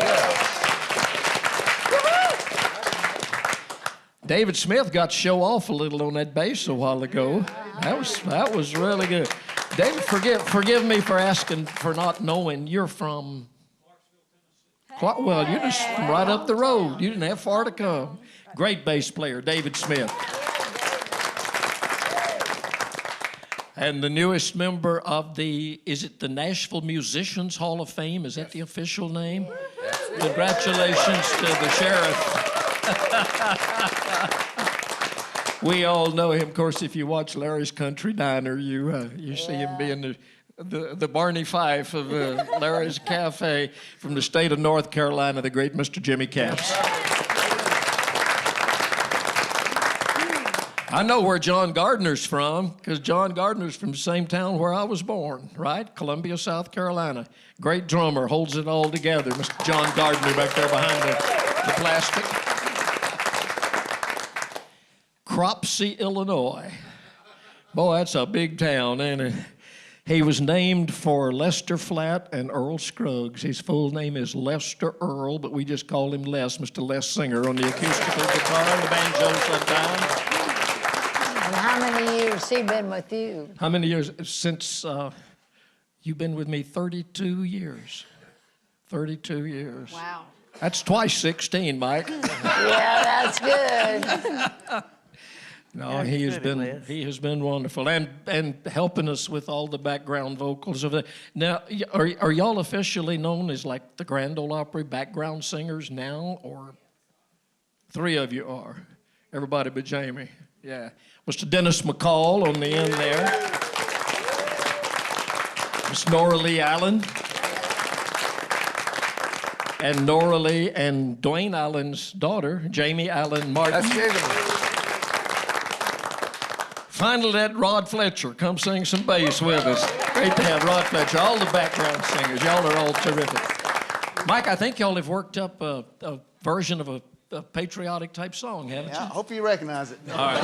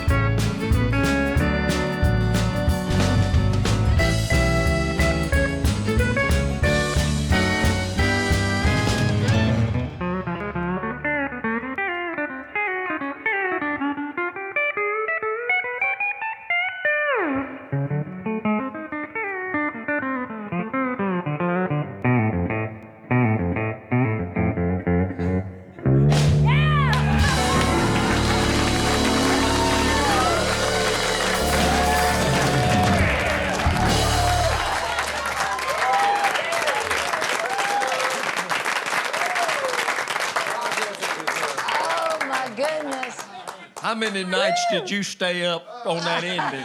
Not enough. That was incredible. This land is your land. I turned to Larry Gatlin when it first started. I said, I'm trying to remember who wrote this, and you took out your iPhone and found out who wrote it. Yes. Woody Guthrie. It says Woody Guthrie. Yeah. This land Yeah. is your land. Well, that makes sense. Yeah. Way back. In fact, Woody Guthrie. he's the first one to record it. No, Wanda Guthrie. No, it's Woody. No, Wanda, the country for Wanda. Wanda Jackson Guthrie. No, I don't. That's great. Thank Thank you. about it. I guess Lord, during. I'm sorry I act like that. I just don't know why I do that. Sit down, Larry. I think during our lifetimes, those of us in this room, probably the one song of patriotism that has been created and sung more than any other and speaks to our generation and younger people and older people and just about everybody is the song that our buddy Lee Greenwood wrote called God Bless the USA. You got that right. I don't think I have ever asked you how you came to write this song. I was raised in California, and so I'm a little bit different than most of the people raised in the South. My mother and father were divorced when I was a year old because of World War II. She didn't understand him joining the Navy. We lost the men at Pearl Harbor that my father felt compelled to do that. She was left at home raising 2 young kids. My sister is 3 years older than me. Patricia still lives in California. And so we were shipped up to the farm when things got tough. And I was raised on a farm in Sacramento, California. So we learned things like your handshake is your word. You help your neighbor when he needs help. And we sat on the front porch husking corn. We call it husking out in California, not shucking corn. Like my wife Kim says, no, it's shucking. No, it's husking. And breaking the string bean. I hate to eat a string bean with the strings on it, so we'd always make sense. At the age of 10, 11, 12, I could actually cut the heads off 4 chickens, pick them, and have them in the freezer in about 10 minutes. Whoa. So we were kind of sharecroppers, but we were farmers. And I wish my kids now could grow up like I did, because you learn about the rural parts of the land, I think, that are important and ingrained in your head when you get into city life. When you get into places where you know there's white-collar work and you get away from the standards of just taking care of the earth. My grandparents knew that it was important for me to have faith, and they sent me to the First Baptist Church. And we talk about who in this room might not be in church. I sang in the First, not you, Ray. and I sang in the First Baptist Church in the choir. And let me tell you, that was the most inspiring time of my life, because I learned harmony. Mm-hmm. I learned how to sing. And the funny part is my voice was so high, I sang with the women. I sang with the sopranos. And it didn't really get lower until into my 20s, when I'm still a soprano, not like Jimmy Fortune, but I will sing, but I'll sing some high notes. But I remember all of that time. I lived right near McClellan and Mayfair Air Force Base in Sacramento, California, and I formed a little band in junior high school and high school called the Apollos, and we would work dances out at the air bases. And my bass player at the time was a member of the Air National Guard in California, and we had to give up a week a month. And I said, that's a heck of a sacrifice, you know, because I can't work for that week. And then after we started playing the dances, and we saw some guys who got wounded and some guys who had to be deployed for a long time, I said, that's really a sacrifice. Well, now, I went to Vegas, and I stayed in the Nevada casinos for almost 20 years. I worked alongside some of the greats. I saw Elvis, of course. I was working in the same hotel with Bill Medley as was my star attraction in the lounge at the Flamingo Hotel, and he was in the main room, Elvis. And I used to sneak in and see his show sometimes, and he did the trilogy. And as I saw the trilogy being performed, I said, boy, if I ever get a chance, I'm going to close my show with the trilogy. Because I said, it says so much. It talks about the roots of America, and with the Alhambra Republic, part of that.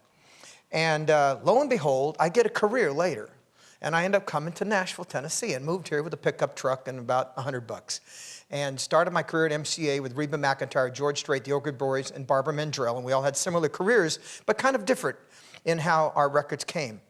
And as I'm touring around the world, around the United States like a crazy man, I ran into these guys called the Gatlin brothers. And we started chasing them red buses around, you know, like I could hardly catch them with our buses. And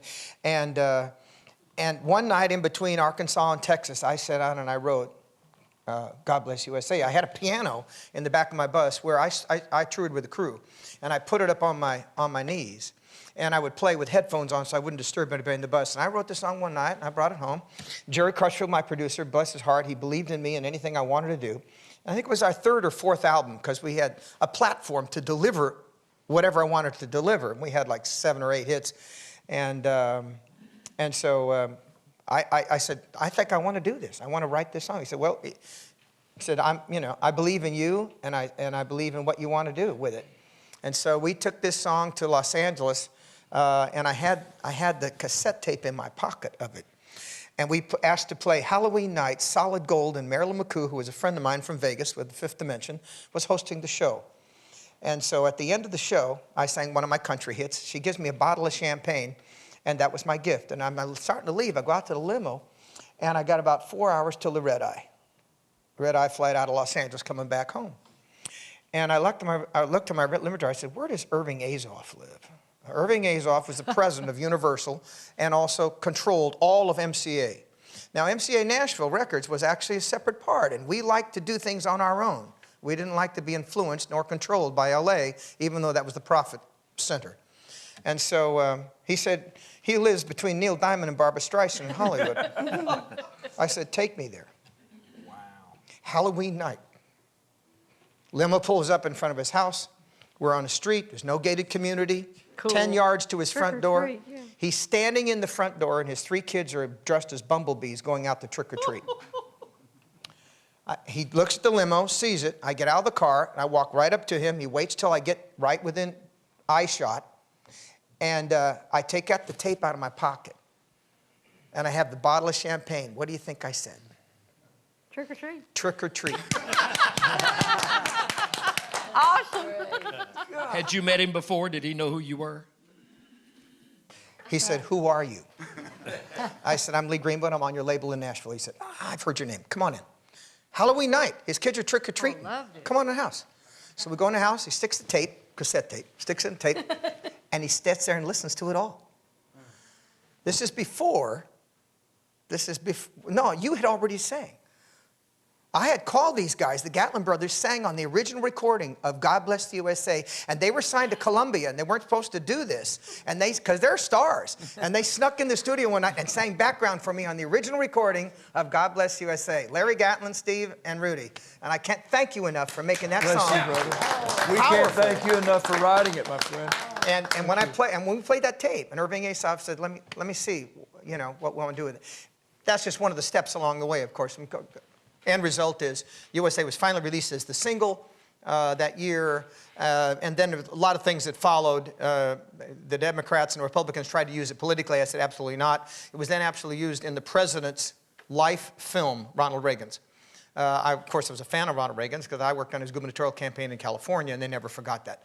And so as we move forward, there were things then that brought God Bless USA more to the forefront, and that is my USO tours that Aaron and many of us have been on, the Gatlins. Mark Will's been on a lot of those tours. And as Rhonda pointed out, you start singing with soldiers that stand up proudly and sing in a uniform, and they salute you because of who you are and what you do. Yeah, it's a moving moment. You must have sung that song no telling how many thousands of times. If you had to pick one moment where you sang that, I know you've sung it at the White House, where would be the most special moment that Lee Greenwood ever stood on a stage and sang that song? That's a lot of performances. I'd have to say the opening of the Ronald Reagan Library in Simi Valley, California. When Johnny Grant, the mayor of Hollywood, came to me and said, I want you to sing God Bless USA for 5 presidents and 6 first ladies. It's the only time it'll probably ever happen. Wow. And I was the only one on the podium besides all of them. Wow. And so he said, but here's the catch. I want them to stand up because I got 4 Navy jets in Simi Valley going to fly overhead when they all stand up. I said, how am I going to get the president to stand up? No, the presidents to stand up. Yeah. And so, and I'd worked with the Reagan campaign, with the Bush campaign. This time, President Bush is president, and President Reagan he's retired already, but it's his day. Now, I know working with Ronald Reagan as an actor, he wouldn't necessarily engage you. He knew how to be aloof. He knew how to make you feel good about himself and go to the next person. George Bush was exactly the opposite. He'll grab you and make you feel like one of the family. So I'm singing along. I got Nixon, Ford, and Carter directly behind me. Reagan and Bush is down to my right, and Lady Bird Johnson down at the end. Wow. And so I'm already overwhelmed. I mean, how many presidents can you salute, And so I'm trying to keep it together. I'm singing, and as I look down, I get to a line of my song that says, I'd gladly stand up next to you. And what I wrote that line for was so all Americans could stand shoulder to shoulder like my father did in World War II and fight for our freedom. And so I look down the line, and I'll be darned if I don't get eye contact with Ronald Reagan. He looks straight at me. And I'm like, I'll gladly stand up. And he stands up. I'm like, are you kidding me? And so then Bush stands up because he's his friend and now president. Well, the president stands up, everybody stands up. Here comes the 4 jets out of Simi Valley right over the top. It's like, so, and it took me 7 years to get the picture because there was a gaggle of cameras and not one of them would give up that picture. And I finally got the picture. But. Wow. Anyway, that's great moment. What an incredible story. What an incredible song. Sing it for us. May I? Thank you. Go ahead. Lee Greenwood. Go ahead. Wow.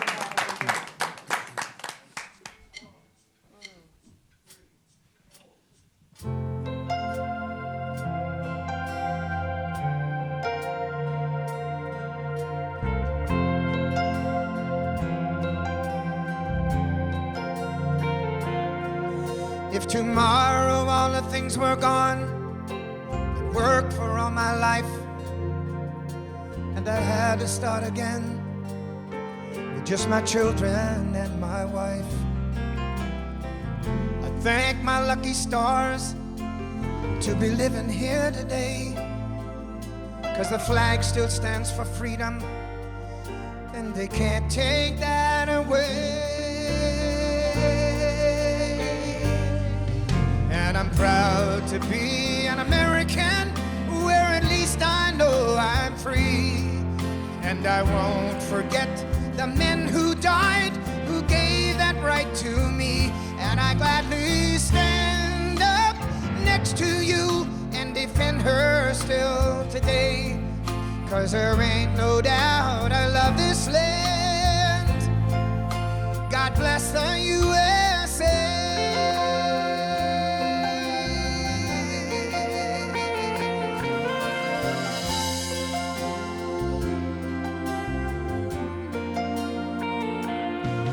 From the lakes of Minnesota, I love this part, to the hills of Tennessee, across the plains of Texas, from sea to shining sea, from Detroit down to Houston, and New York to LA, where there's pride in every American heart, and it's time we stand and say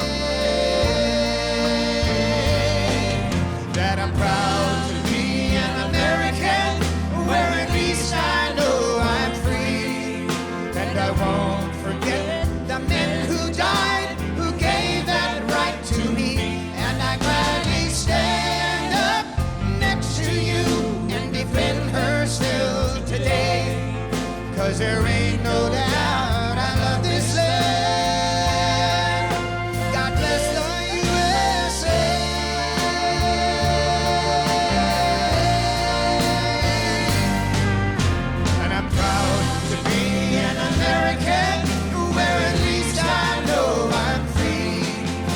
I won't forget the men who died, who gave that right to me. And I gladly stand up next to you and defend her still today. 'Cause there ain't no doubt I love this land. God bless the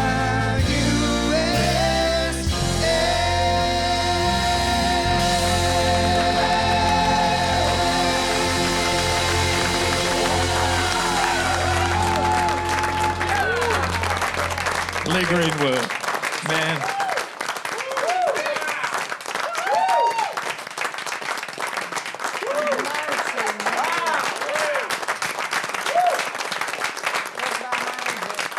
You might have played that for larger audiences, but you never played it for one that was any more touched by it. Amen, Thank you. Brother. And Thank you. Agrees with you and believes in you. Thank you so much for being on the... We've tried to get you on these family reunions, and we've just never had any luck till today. Well, I'm still working. And I hope I keep working. I hope you do too. And I you can't will. wait to see who's going to sing next, to tell you the truth. There's so much great talent here. This is amazing. Well, nobody is going to follow you right this moment. But I have been asked to tell everybody that we're going to take a break in a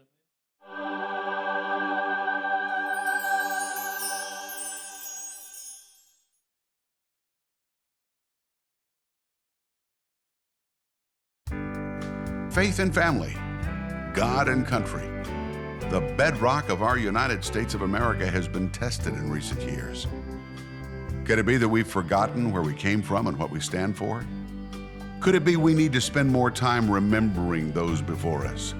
The men and women who not only shaped our country but our very lives. For those of us whose faith directs our steps, we know how much God has blessed America. And the country music legends on this series feel the same way. So we decided to get together to celebrate God and country, to share memories and laughter from our faith and our family values, to bless the legacy of those before with stories and songs from Americana and our gospel roots. Hosted by Whisperin' Bill Anderson, this series is sure to lift your spirits and renew your love for those around you and for our great nation. Welcome to Country's Family Reunions. God bless America again. I told Larry Gatlin a second ago, I said, I'm nervous. What did you say? I said, you're excited. What's the difference in being nervous and being excited? Nervous means you're going to screw up. Excited means you're going to do real good. I'm nervous. And then I said, he said, I've screwed up a lot of times. I said, I've been watching you perform for 40 years. And if you screwed up, you sure covered it like a pro because nobody ever knew it. That's because you couldn't hear me to start with. Well, I guess that's true. If you'd have sung any louder, we'd all known. See, like, I tried singing louder. Though you broke my heart. I tried singing louder one time, ruined my career. You said something a while ago about truth in songs. Say that again about songs being true or writers telling the truth. I heard a quote years ago that when Voltaire came back into Paris in the middle of the Revolution, he didn't say, he said, I don't care who writes your laws, take me to those who write your songs. So I just kind of fidgeted around on that. What label was he on?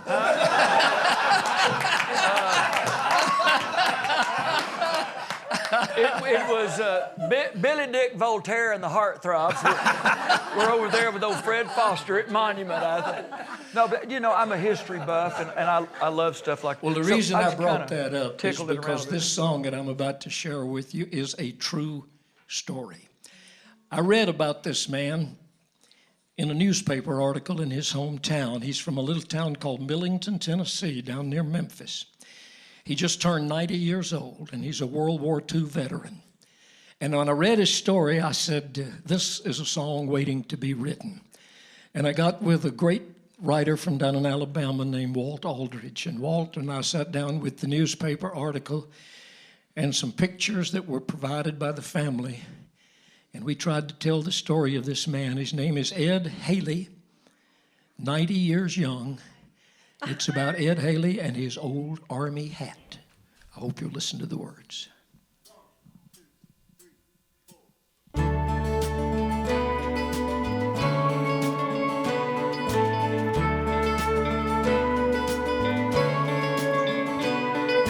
He came home to Tennessee, a young man at the end of 45. Only one of 7 men in his platoon that made it back alive. He must have seen some tough times, but he never talked too much about all that. Put his pictures and his memories in the cedar chest, everything but his old army hat. By the time I graduated, The winds of change had blown across our land. They were burning flags and draft cards when they bothered to take some kind of stand. And they all looked at Grandpa like he was some old relic from the past. 'Cause he never left the house lest he was wearing that funny-looking, worn-out army hat. Every eye was on him anytime he went anywhere. They whispered and they pointed, but you could tell my grandpa didn't care. I ain't wearing this for them, he said. It's a whole lot more than that. For my buddies who gave everything, the least that I can do is keep on wearing this old army hat.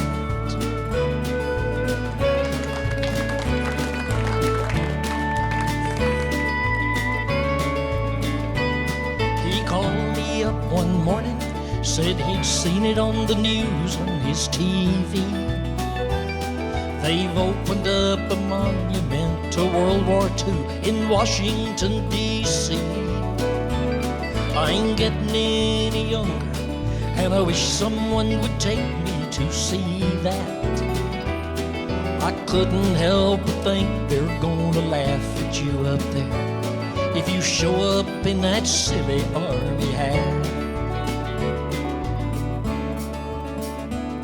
Two strangers both saluted when Grandpa walked up to the monument. One said, "Thank you, soldier, for a job well done." The other said, "Amen." And a young boy said, "Sir, my daddy went to war and never made it back. Would you take a picture standing here beside me? And maybe let me wear your army hat." Every eye was on him, and there was not a dry one in the crowd. They whispered and they pointed, and Grandpa stood up extra tall and proud. He said, "Son, just keep it," when the young boy tried his best to give it back. "You're a brave little soldier, son, and every soldier needs his very own authentic army hat. For your daddy who gave everything, the least that I can do is pass on this old worn-out army hat."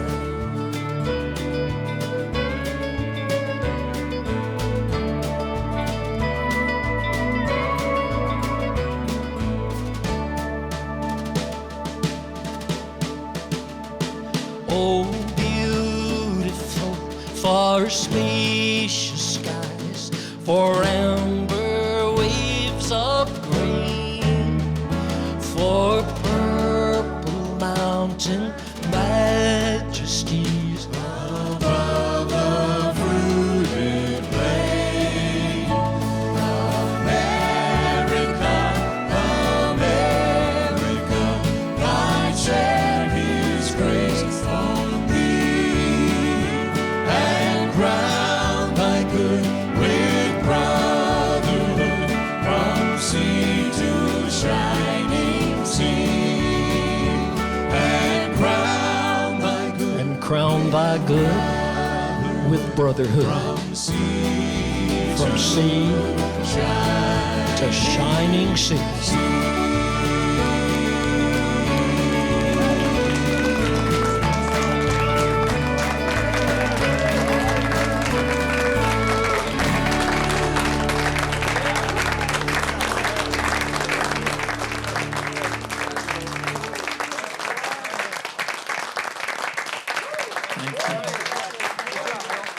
God bless you. Thank you. Yeah, Thank you very that was much. really awful right there. Well, I was nervous. Now I'm excited. Okay.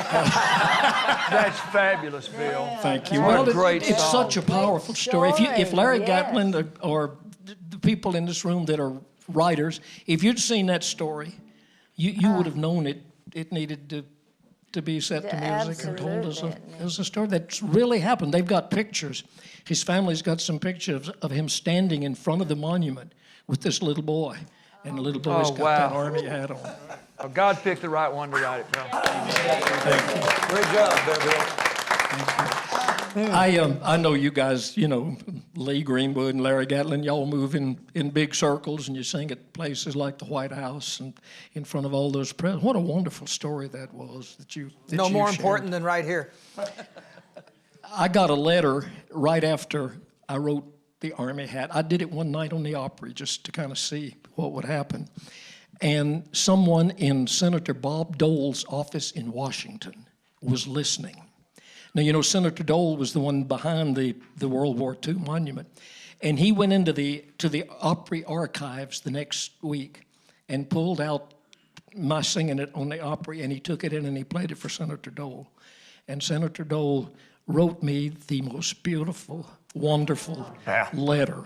That's great. And signed it, and you know, he can't write very well, but it was his authentic signature about that song, and invited me and I'm sure all of us to come see the World War II memorial.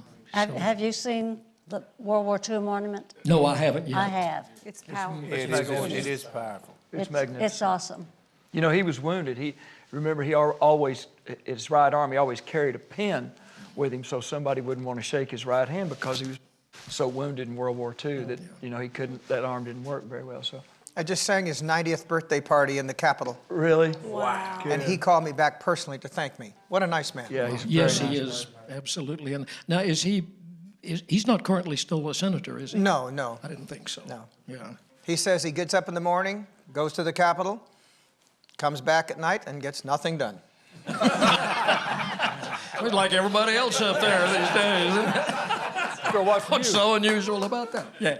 I know you guys have heard about what they're doing. They're raising money and taking the World War II vets up, calling the honor flights. Yeah. I think that's one of the most powerful and important things that's been done.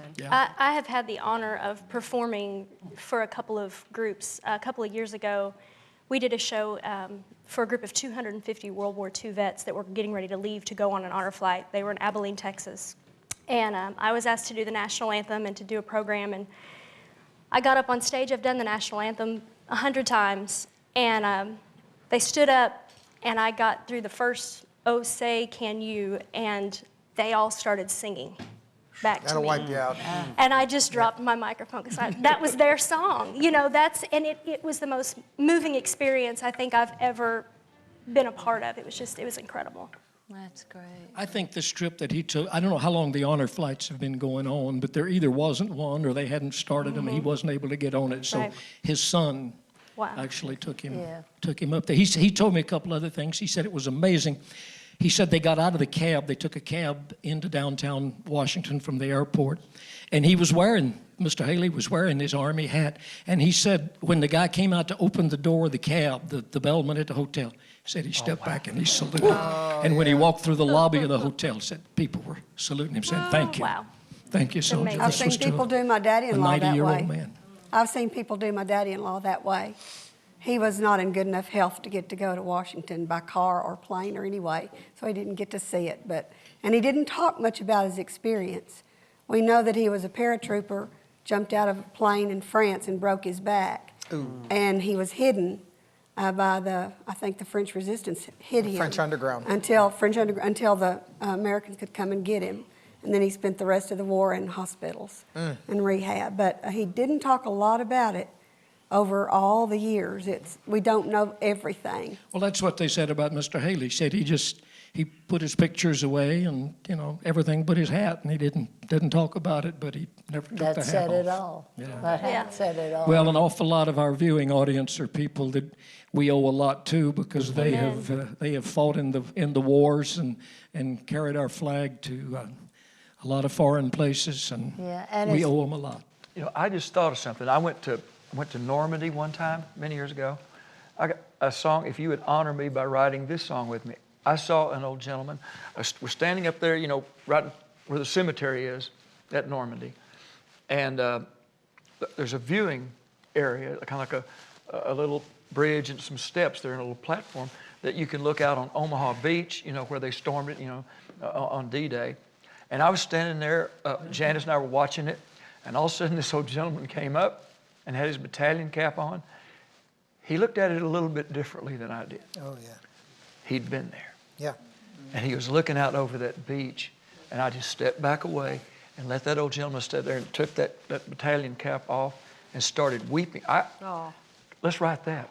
We can make up what we don't know. That's our job, right? Let's write that song. That's powerful. Okay? Thank you.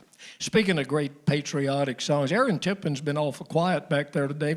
That's not like you. We don't scare you or nothing, do we? Just trying to behave. I I don't think anything scares him. tried to dress fancy today, but I see Rhonda decided she'd wear the red dress, so I didn't wear mine.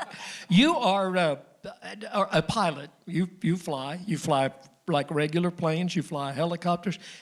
Did you learn that in the military? Were you in the military? No, you know, I'm a pilgrim. I was never in the military, and I just grew up around airplanes. I soloed on my 16th birthday. By the time I was 18, I was multi-engine commercial instrument rated, and I was a helicopter pilot, and I'm also a certified aircraft mechanic. So. Awesome. Good Lord. My daddy was sure wasn't happy the day I told him I was going to start picking a guitar and singing for a living. He spent a lot of time teaching me to fly. Well, now, don't you have a son that's kind of following in your I footsteps? do. I have a son that'll turn 16, and he will solo on his 16th birthday. I'm very sure. Oh, wow, that's awesome. That's cool. They're both the 16-year-old and the 12-year-old. Pretty good little old pilots. Pretty good. That's good. What do you mean pretty good little old pilots? Pretty good little old pilots? Yeah, you don't. Well, I mean little old as in small. Oh, okay. Well, I mean, yeah, I don't want to fly with no pretty good pilot, do you? I want him to be a flying son of a gun, boy. If I can do it, it ain't that hard. Well, having raised one, because that's what my That's son right. does. Your boy flies. He knew from the time he was 3 years old, that's what he wanted to do. He just had that tunnel vision. I'd take him on the road with me, and I'd think, I'm going to expose him to the music. Well, in those days, I flew to a lot of my shows. He didn't care a thing about the music. He wanted over to fly. Yeah. One day, we were sitting up in first class in the first part of the plane, and I could tell he was very unhappy. I said, what's wrong? You got a nice, big, comfortable seat? He said, I want to go back there behind the wings so I can see the flaps go up and down. Good Lord. I went back there and asked him, I said, would you mind moving up to first class? My son wants to sit back there and watch the wings go up and down. And so we did. Nice guitar for the occasion. Thanks, buddy. The folks at Ovation, back when I started going down range and visiting the troops, this was kind of something they made up for me. And so You've done a lot of that in your career, haven't you? Well, I've done it. Well, I don't know. I guess I started my career with Bob Hope, Christmas of 1990. But Lee Greenwood had already been everywhere I'd been twice by that time. And, among everybody else here that that has served. I know Daryl and Mark are both, and a lot of folks have been around. Well, this is a great song. Did you write this song? I did. This is a great song called "Where the Stars and Stripes and the Eagle Flies." Yeah. All right. Aaron Tippin.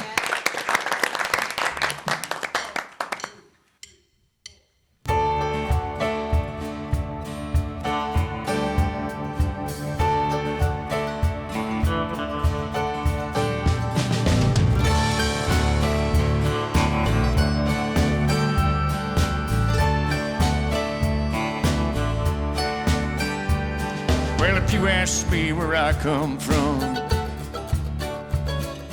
here's what I tell everyone. I was born by God's dear grace in an extraordinary place where the stars and stripes and the eagle fly. It's a big old land with countless dreams.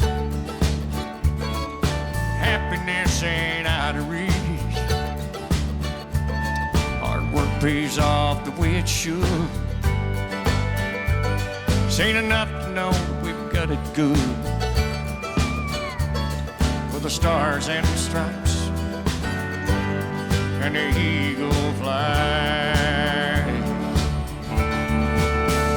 There's a lady that stands in a harbor for what we believe. And there's a bell that still echoes the price that it costs to be free. I pledge allegiance to this flag. If that bothers you, well, that's too bad. But if you got pride and you're proud you do, hey, we could use some more like me and you. Where the stars and the stripes and the eagle fly.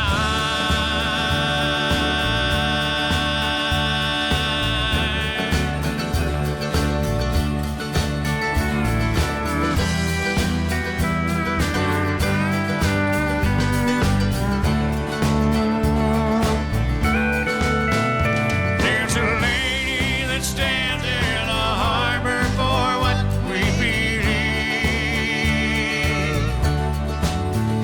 There's a bell that still echoes the price that it costs to be free.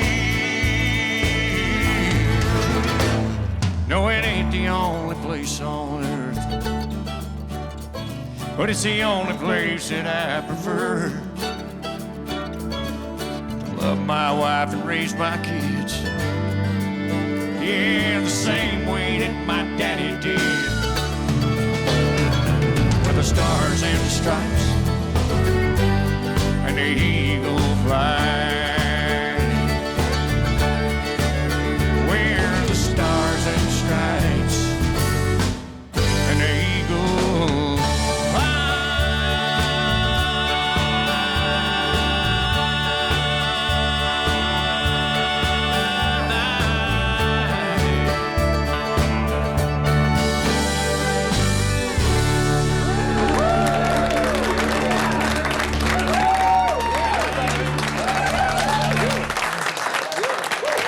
Aaron Tippin. That's incredible. Had you pretty good little harmony group there helping You know, you. that's kind of funny now. Here I got Dailey Vincent. You guys, Jamie's come out here fine enough to sing along with him. And me thinking the whole time, you know, I won't even qualify as their bus driver. You could be their pilot. That's not true. And another awesome thing, and I want to bring this to everybody's attention. Lee Greenwood, good friend of mine, has probably honored me more than anybody I know in this business. He sings his song, but he also sings Where the Stars and Stripes and the Eagle Fly in his show every night. Thank you very much, but you don't know how you humble me. So that explains. I looked over there and saw him singing. And I thought, I almost said, get up here. Well, you had enough singers. You got two more singers in the band. Quite like you, buddy. I can tell you that. Great job, Aaron. That's great, Aaron. Thank you for being here today, Aaron Tippin. Yeah. Hey, Aaron. Yes, sir. You are one of the only people today that I know of, and this is going to open a whole new can of worms. We all used to do it, and you have your name written on your bus in big letters, so when you go down the road, people know who you are. And that used to be what everybody did. Well, actually, Bill, it's because when we get them big gigs and I can't figure out which bus is mine, it's the one with my name on it. I tried to get him to put our name on there. He wouldn't do it. Well, and you know, the truth is, I don't come to town to hide. That's right. I come to make people know I'm there. Yeah. I have enough trouble getting people to come to shows, so I at least want Hey, to Larry, there. if he'll let you put your name on his bus if you'll pay for it. Well, yeah, that's how that works. That's how that works, isn't it? That's right. I'm thinking about putting my name back in the phone book. You know, hopefully a few more people will find me, you know. I might put mine on the front of the phone book. What was it Roger Miller said one time? He got so hot, he said, I'm so popular, I've got to get an unlisted driveway. He told me one time he wanted to get so hot that in Vegas, all they had to put on the marquee was, he's here. Then later in his life, he told me, he said, you know, a lot of people are coming to my shows dressed as empty seats. Had a few of those. We've all seen those. Pretty lady sitting next to Larry Gatlin, Miss Tia Goins. You've been with us before. Great to have you on this show. You beautify things. Well, thank you. I'm glad to be here. Now, are you going to do a patriotic type song, or is yours just more of a gospel song? Well, mine is a gospel song. This is my favorite gospel song of all time. always has been, but I've never sang it. I have been in church since before I can even remember, and somehow I've never sang this song, and it's my favorite hymn, and I think that it's fitting for what we're talking about today. Amen. Because the song is Great Is Thy Faithfulness. And I think it's easy to sing that song when everything's going your way and things are good and great is thy faithfulness, thanks God. But you know, when things get tough and things get hard, and whether we're talking about life or in our country, it's hard to say, great is thy faithfulness, you know, I know you're still there, God, and we're hanging on for you, you know. And so I felt like that was a good song for the day. Yeah. Absolutely. Fits great. How about singing All it right. for us? It's Tia Goins.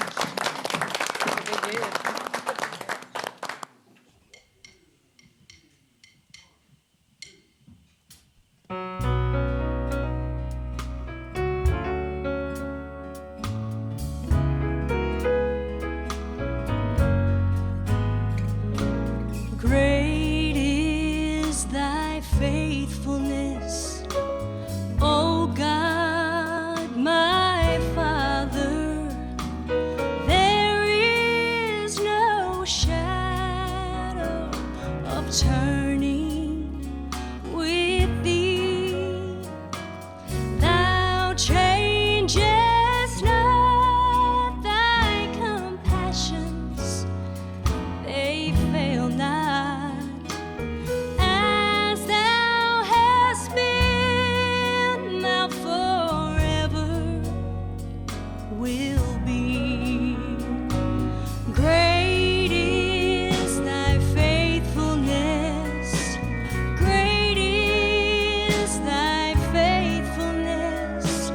Morning by morning, new mercies I see.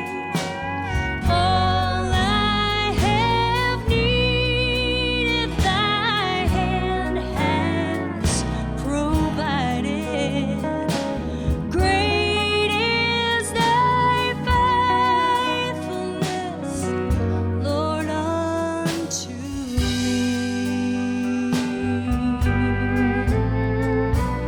Pardon for sin and a peace that endureth, thine own dear presence to cheer and to guide, strength for today and bright hope for tomorrow. Blessings are mine with 10,000 beside. Great is thy faithfulness. Great is thy faithfulness. Morning by morning, new mercies I see. All I have needed, thy hand has provided. Great is thy faithfulness, Lord, unto me. Great is thy faithfulness. Great is thy faithfulness. Great is thy faithfulness, Lord, unto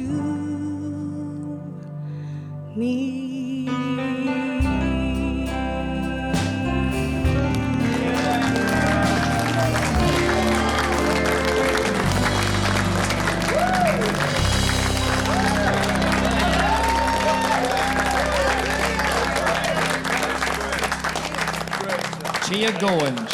Wow. Yes, it has been sung. If our ushers would come forward. Yeah. Wow, great job. Beautiful. Of all the songs that have been and will be sung here today, there's none that quite come to it from the perspective that this next song does. by Jan Howard. She has lived this song. She wrote and recorded it in days when you and I were traveling on the road together, and I know what the song means to you. I know what it did to you at a certain point in time. The song, of course, is called My Son, that you wrote for your son. There was a story behind this. Of course, there has to be, because it was written as a letter. Jimmy, my oldest son, was drafted. He was in his second year at MTSU. And so he came home sometimes Monday, Wednesday, and Friday or whatever.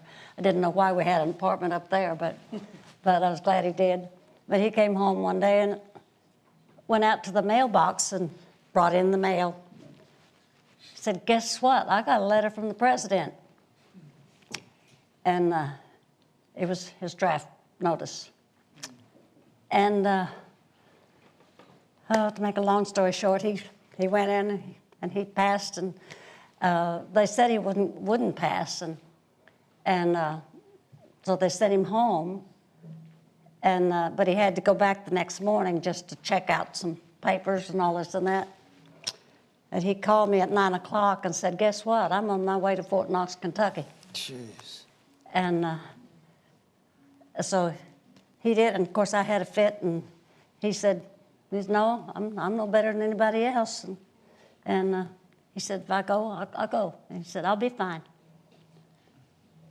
And he did, and that was August, it was June, 1st of June, anyway. He went and he did his basic and everything, and he came home for 21 days. I was doing the Ralph Emery show, and Ralph wanted me to go over to their house for dinner, and I said, "Well, I have to call home, check on David," who was my youngest son. And David said, "Mom, you're not going to like this. Jimmy called, and he's going to Vietnam, and they're not going to let him come home." I said, "No, that ain't going to happen."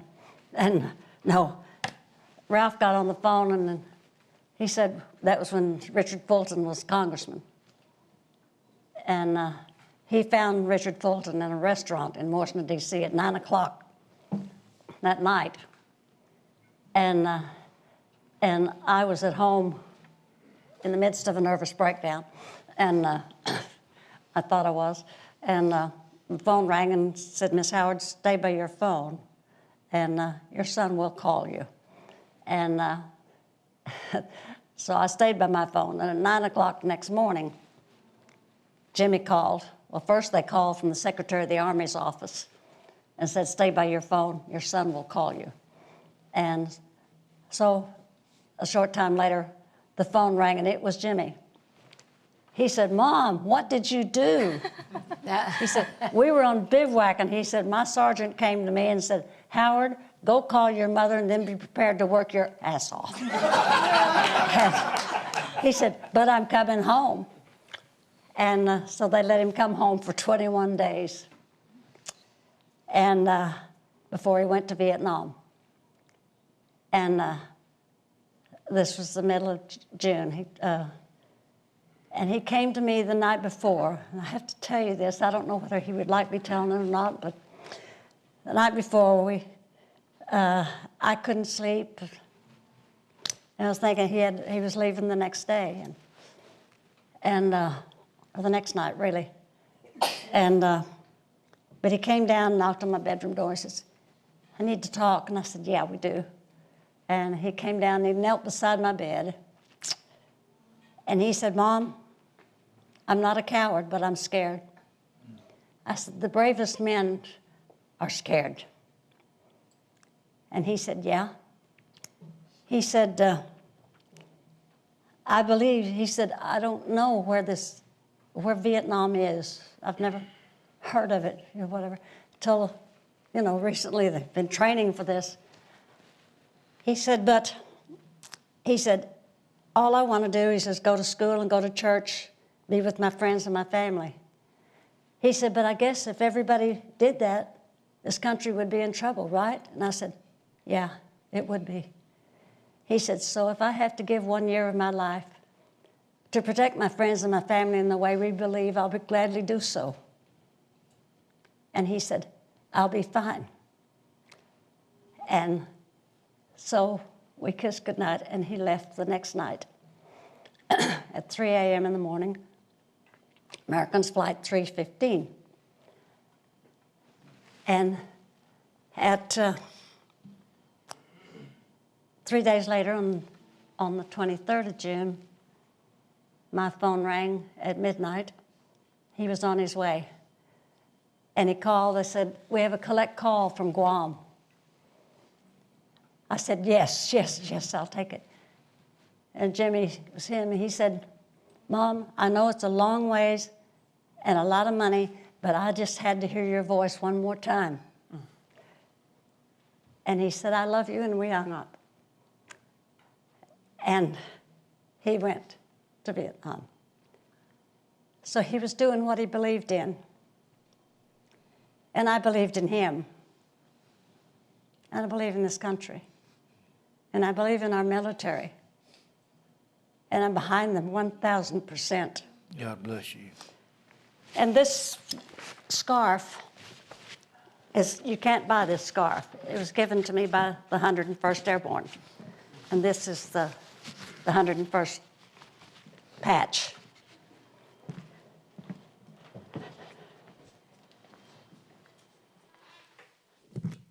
On the, that was June. When we were on the road all the time, Jimmy went in, he was drafted, he went in November. And when I was gone, I would always call home and I'd always ask, okay, is there anything else I need to know, before I hang up? And my middle son got on the phone, Carter, and he said, oh yeah, I joined the Army today. Oh. I said, you did what? He said, yeah, I'm leaving tomorrow. So he went to Fort Campbell. That's his patch. And then when he came home, he went to Fort Benning. He was 101st, everything. And he came home on leave before he was going to Vietnam because he volunteered. Everything about this was, he said, if Jimmy's going, I'm going. So when Jimmy was drafted, so he volunteered. And so he came home, and I was sitting at the desk one day, and I was writing a letter to Jimmy. And it wasn't coming out. It just, the words came. And I showed it to Corky. I call him Corky, his real name's Carter. We won't tell him that. And I showed it to him, and he said, Mom, you need to put that to music. Jimmy would love that. And then I read it to Bill, and he said the same thing just about. And so this is the letter I wrote to Jimmy. It's just called My Son. If I can get through this, I will.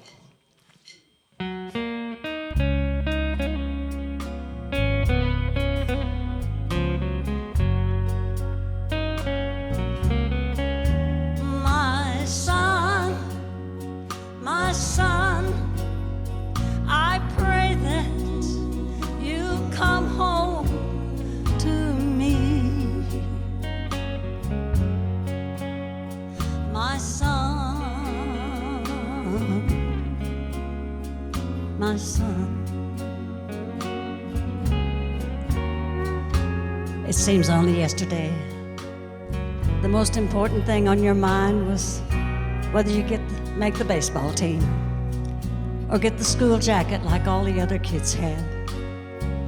And I remember you were so excited to get your very first rod and reel for that big fishing trip, just you and your dad. And I remember wiping the tears away when you hurt yourself on your sled. In those days, it seemed the house was always filled with laughter and joy, filled with your friends. and they were such good boys. I remember the day that you walked down the aisle to receive that all-important diploma. I was so proud, but I couldn't believe that tall young man was actually my son, my wonderful son. And I remember the little girl was already around, kind of tagging after you. She's still around, but who knows? Maybe someday. And then came the call that I guess we knew would come someday. But it came so quick, and now you're so very far away. In a land that until a short time ago I didn't even know was there. I know the time will pass, and you'll be home again. But until that time, my darling, take care. Take special care. My son, I pray that you'll come home to me. My son, my son.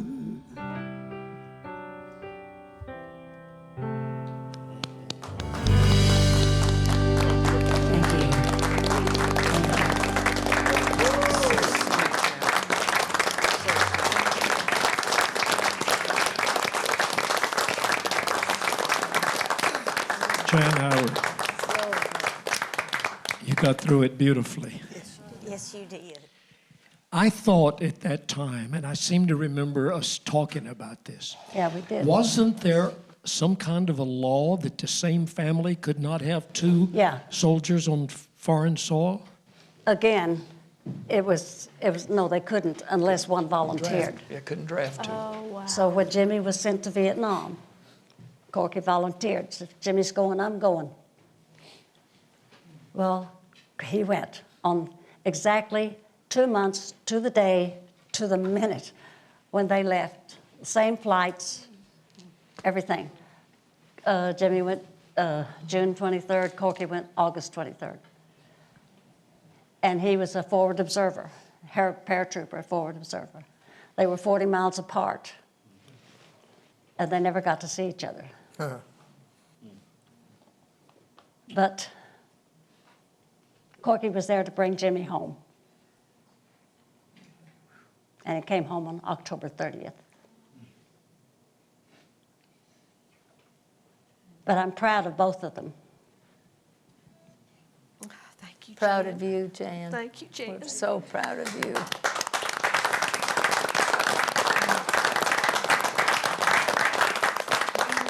Again, I could have gotten them out. I mean, I could have prevented them going. But Jimmy said, no, I'm no better than anybody else, and I'm going, I've got this drafted. And Corky would have hated me if I had kept him from going. And he was there, it was meant to be, I guess, because he was there to bring Jimmy home. And he does a lot now. He finished out his tours, and he does a lot now for Wounded Warriors and a lot of things like that. Thank you for sharing. Thank you, love. I know it's not easy.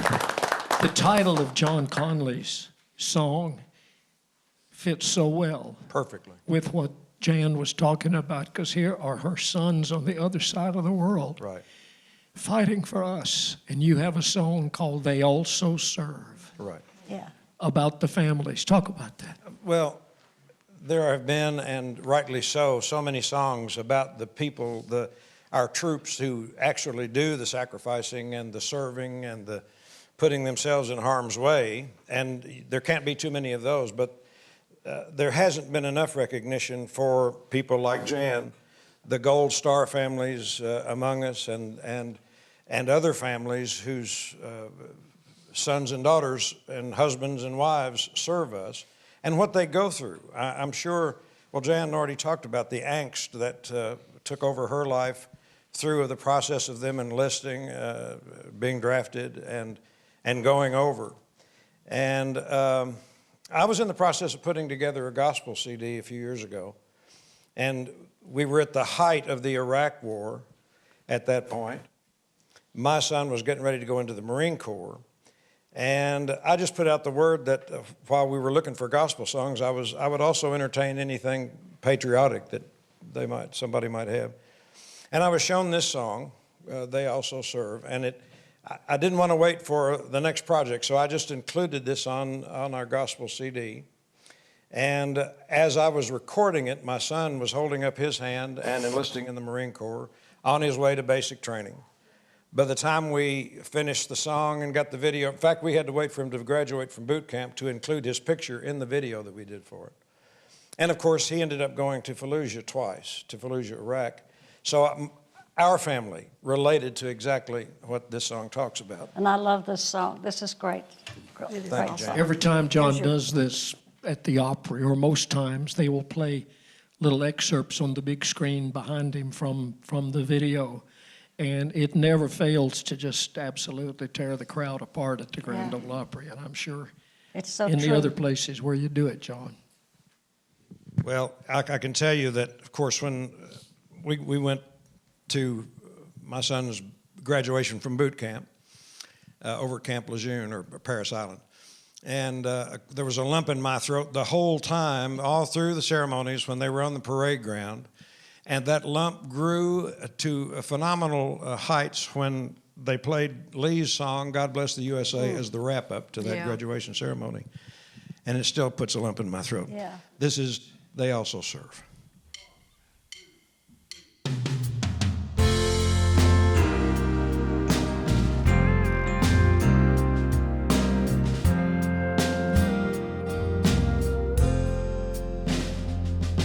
She kisses little Katie's forehead as she turns out the light.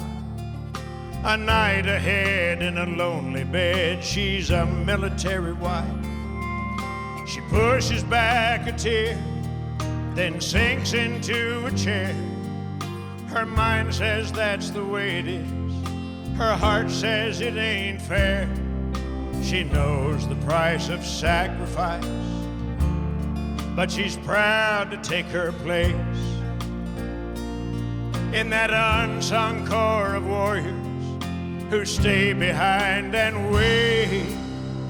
They also serve those who stand and wait, praying by the foe to learn their loved one's fate.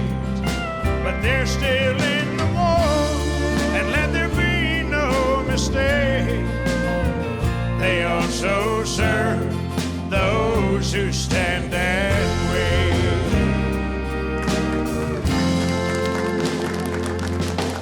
Jake climbs on the school bus, marches bravely to his seat. His dad's not home to say so long like his friends along the street. He has to be the man at home as long as daddy's gone. He promised him the day he left that he'd be brave and strong. So he tells his little sister, don't you worry, Daddy's coming home. He's 8 years old, he's a soldier son, and he can hold his own. They also serve those who stand and wait, praying by the foe to learn their loved one's fate. But they're still in the war, and let there be no mistake. They also serve those who stand and wait.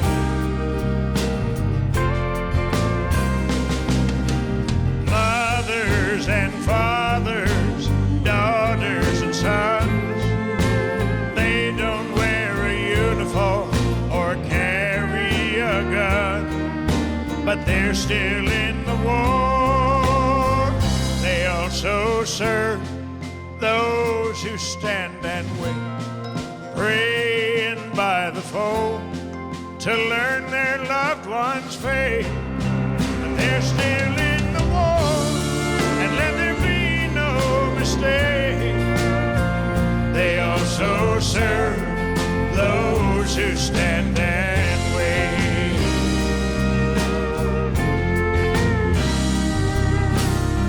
God bless you,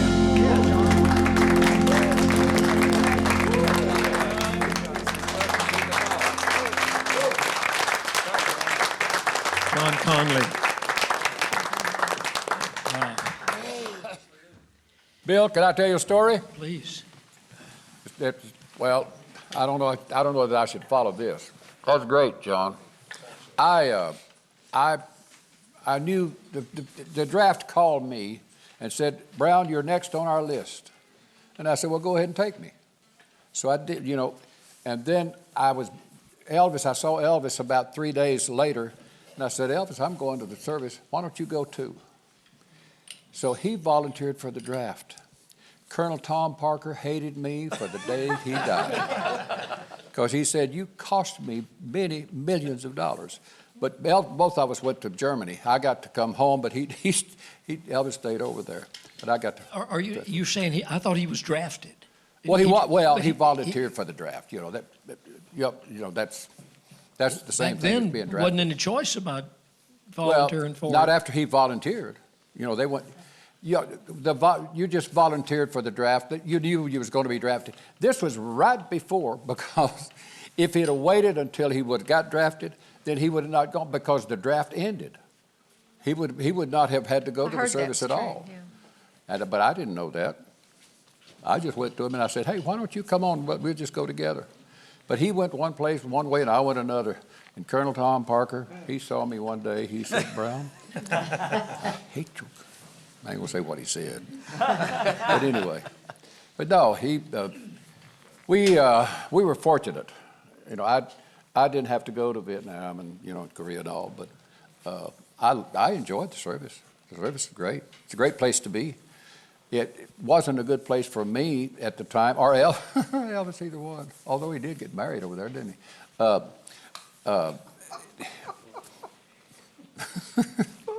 There's some things I think I'm going to stop right there. Well, thank you for sharing that. There's so many. He did a Jimmy Singh. So many different kinds of songs about the military. We've heard My Son. We heard about the old hat, and we heard they also serve. David Ball, and by the way, I sure am glad you're here. Well, thank you, Bill. Thank y'all. Thank you. You got a great thing going here. It's a great presence. It's a pleasure to be here. Well, don't let this be the only time you visit with us. Okay. Because you're a talented gentleman. Yeah. Talk about the song that you have, because it's a totally different perspective from any other. Well, I remember the first time I heard this. It's written by Wood Newton and Tom Shepard, and Wood Newton is a veteran songwriter and great songwriter, and he had a cousin that did a couple of tours of duty in Vietnam, and the day he got back, he was killed in a car wreck in Arkansas. And I think that was kind of the beginning of what was in Wood's heart when they sat down and wrote this song. But it turned out to be a gentle kind of healing song, a tribute to those guys that came out of Vietnam, because that was a tough time and polarized. People had, there was a lot of emotions about that song, and I just liked the way that that song kind of subtly paid tribute to the guys that came out of Vietnam without.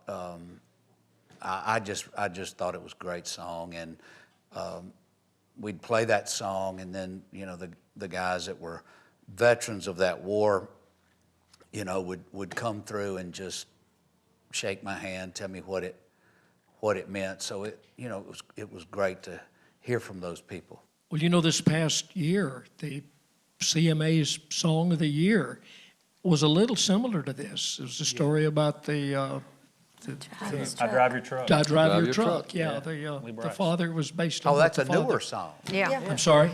That's a newer song. Yeah, Yeah, it's newer than yours. I but need to you're- catch up, man. Well, you don't have to catch up with anything.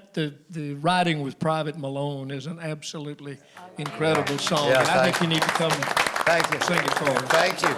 Yeah. David Ball.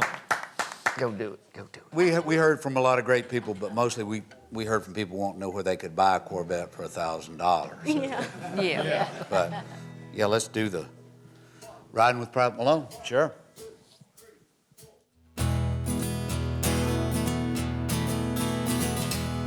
Well, I was just out of the service thumbing through the classifieds when an ad that said old Chevy somehow caught my eye.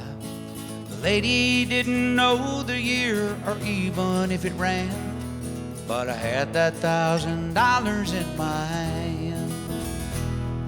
It was way back in the corner of this old ramshackle barn, 30 years of dust and dirt on that green army tarp. When I pulled the cover off, it took away my breath. What she called a Chevy was a '66 Corvette.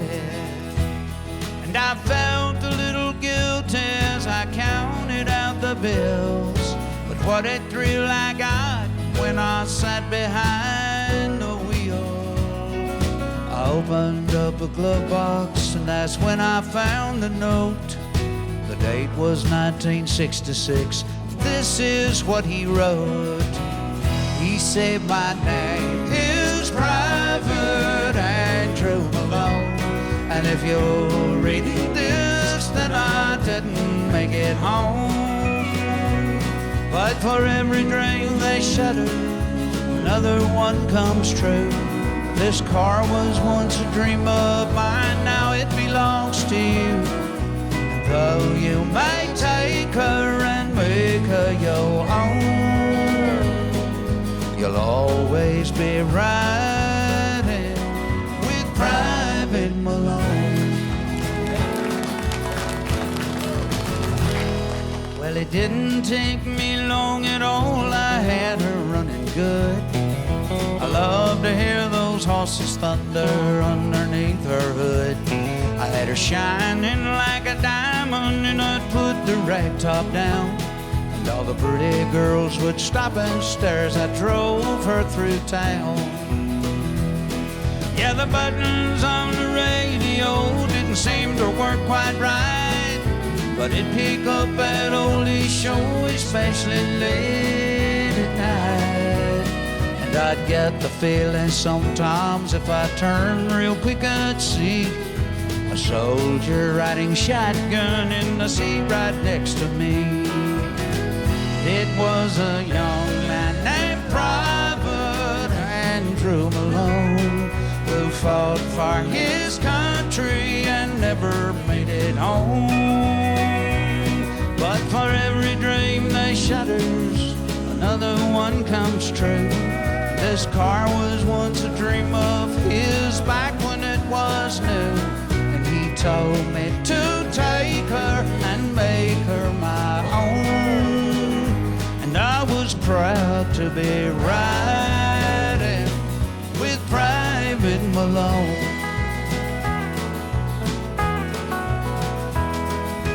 One night it was raining hard, I took the curb too fast. I still don't remember much about that fiery crash. Someone said they thought they saw a soldier pull me out.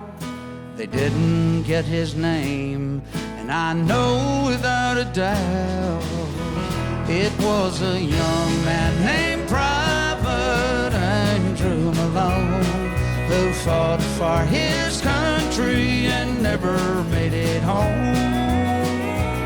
But for every dream they shatter, another one comes true. This car was once a dream of his back when it was new, and I know I wouldn't be here if he hadn't tagged along.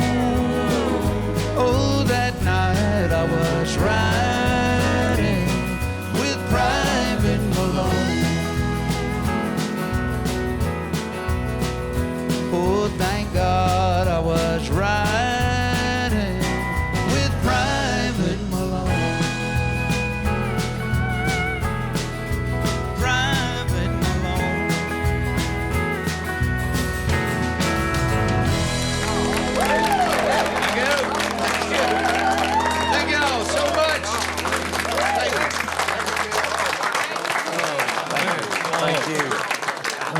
Don't get him. Whole lot better than David Ball in that song right there, yeah. See, there's so many different ways to write and express just basically this subject that we're talking about. Now, Dave, you said that was not a true story or based on anything? They just strung it together, and no, it's not, like I say, Wood's cousin. I think that was the start of it. And I think it was, it was a program in Vietnam. If you wanted a car when you got back, they'd take a little bit out of your paycheck every month, was how it was explained to me. So, that's a story that happened all over the country, and just a lot of cars sitting in the garage, and they're not going to sell them. People just keep them, and from that era, and because it, belonged to their son. Dan knows about that too. It's a great Private story, Malone, and you tell the story so well. Well, thank you. Thank you, Bill. Really Thank you. David Ball.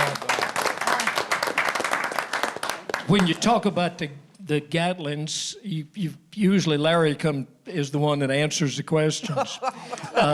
Rudy I have just no got problem here. with that. You said you were in Dallas, Texas this morning? I was. Had a charity function this morning for the Bridge, our homeless shelter there in Dallas, their annual breakfast, big fundraiser. And glad to be here, though, this afternoon and catch up on all this. This has been great. Well, we missed you earlier, but we're glad you're here. You're sitting next to Brother Steve. Yeah. Let me ask y'all, get your take on this, the trilogy that you're going to do, the American trilogy. Who came up with the idea, the first idea to put these songs all together? Are you going to turn to Larry and make him? Almost said it had to be Mickey, didn't it? It's Mickey. Yeah, Yeah, Mickey Mickey did. did. Mickey Sure. did. He had the original, and then Elvis cut it, right? And Jim Ed might have cut it. I don't know.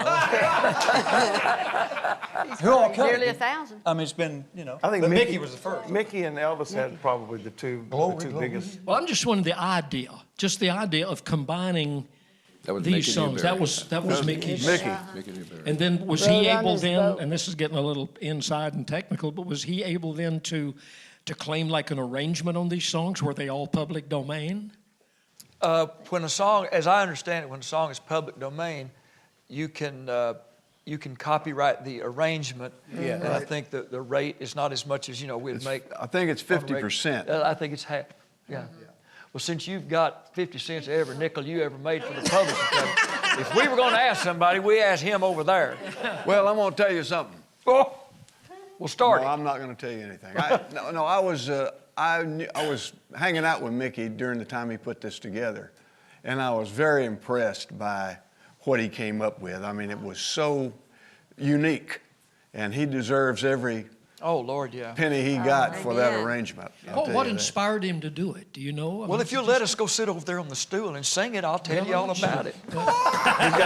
No, if Ray was My hanging guitar's out back with there. him, I mean, you can sit down and try to write a song, but who's going to think to sit down and do something as creative as this? He was a terrific writer. And, Well, he was. Tom Jones cut a lot of his songs. What was the song I'm trying to think of?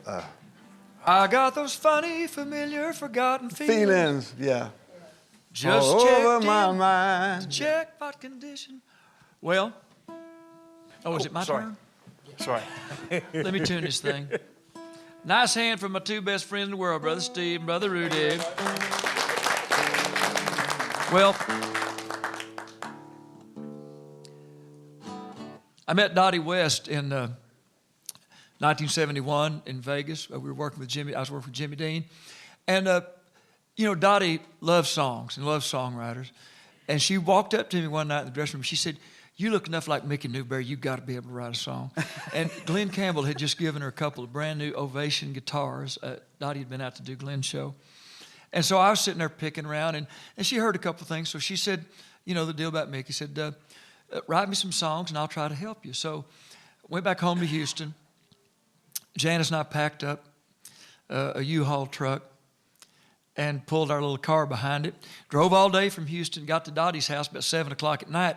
And Dottie had just got up from, being asleep all day, and she was cooking breakfast. Dorothy was cooking breakfast at 7 at night. Dottie said, "Oh, boy, let's go to Mickey's boat." And my wife, Janice, said, "I'm going to bed."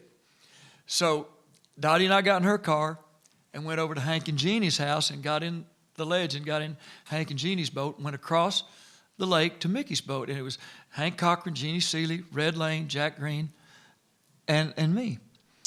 And we got there to Mickey's, to the houseboat, to the dock. And it was about 8 o'clock in the morning. Well, Mickey wasn't awake. So we sat there and had a few adult beverages and sang songs and stuff. So about 10:30 or 11, we see Mick get out of his boat, his houseboat, and start walking up there. And he had his guitar slung over his shoulder, had a cigarette in one hand, a cup of coffee in the other. And he came and got in Hank's boat, and he looked at me and said, "You do look like me." And then he sat down and he said, "Let me show y'all something I put together last night."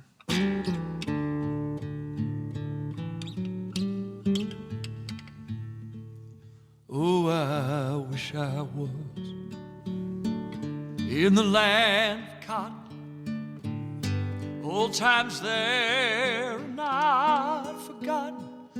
Look away, look away, look away, Dixieland.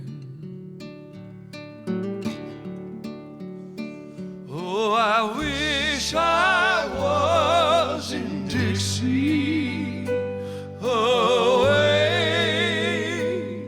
away, in Dixieland. I'll take my stand to live and die in Dixie. 'Cause Dixieland, that's where I was born. Early log, one frosty morning. Look away, look away, look away, Dixieland.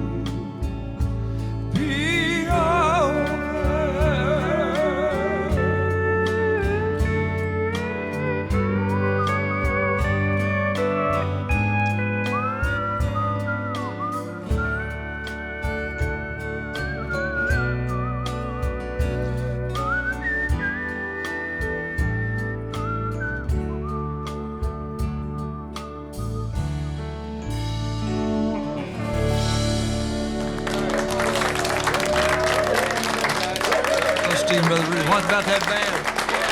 That was good. What about that band? Thank you all. That's incredible.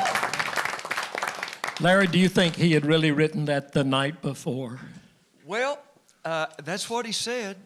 Of course, if you knew Mick, Mickey never told a lie in his life. It was just the world according to Mickey. That was the truth. But I mean, I always assumed that he did, and it was a while before it was a big record for him. You know, he had maybe his biggest chart record, and then of course Elvis did it. But can you imagine somebody thinking of the most famous song of the Union, the most famous song of the Confederate Army, and the most famous song, you know, of the old Negro spirituals? So only Mickey, you know, would have done that. Of course, only Mickey would have said, well, his daddy was an honest man, just a red dirt Georgia farmer. His mama spent her whole life having kids and baling hay. I mean, only Mickey would say that. So he was, we all know, a genius. We love him and honor and revere his work. But I'll never forget that morning. Can you imagine, as a young guy who's written 8 songs and Dottie West brings you to town, to be ushered into the rarefied air of Hank Cochran, Jeannie Seeley, Red Lane, and Mickey Newberry the first 12 hours I was in this town? I'm the Lou Gehrig of country music. I feel like the luckiest man on the face of the earth. Well, Thanks, I tell you, Nick. I'll tell you something. I told Bill earlier, the first time we ever walked in the Osprey with Dottie, you remember who was singing? No. Bill Anderson, right there. Good Lord. The first time we ever walked. You came in anyway? Yes, we did. It was that Saturday matinee in August. August, yeah. Son, it was a little warm in there, if you know what I mean. Well, it was a great thrill. Thank y'all. Thank you, another man. hand, That's Brother terrific, Steve. Larry and the Gatlins. Hey, Bill, I just want to say, if there's ever any other better harmony singers than that right there, I've never seen it. No. Y'all are the best. Coming from the great harmony singers, They're awesome. We appreciate it. Thank you all. Coming from you, I know he appreciates that. All right, let me tell you what's going to happen here. We're going to take a short break.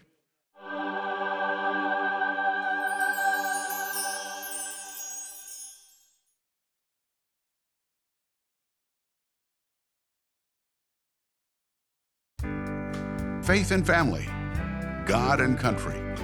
The bedrock of our United States of America has been tested in recent years.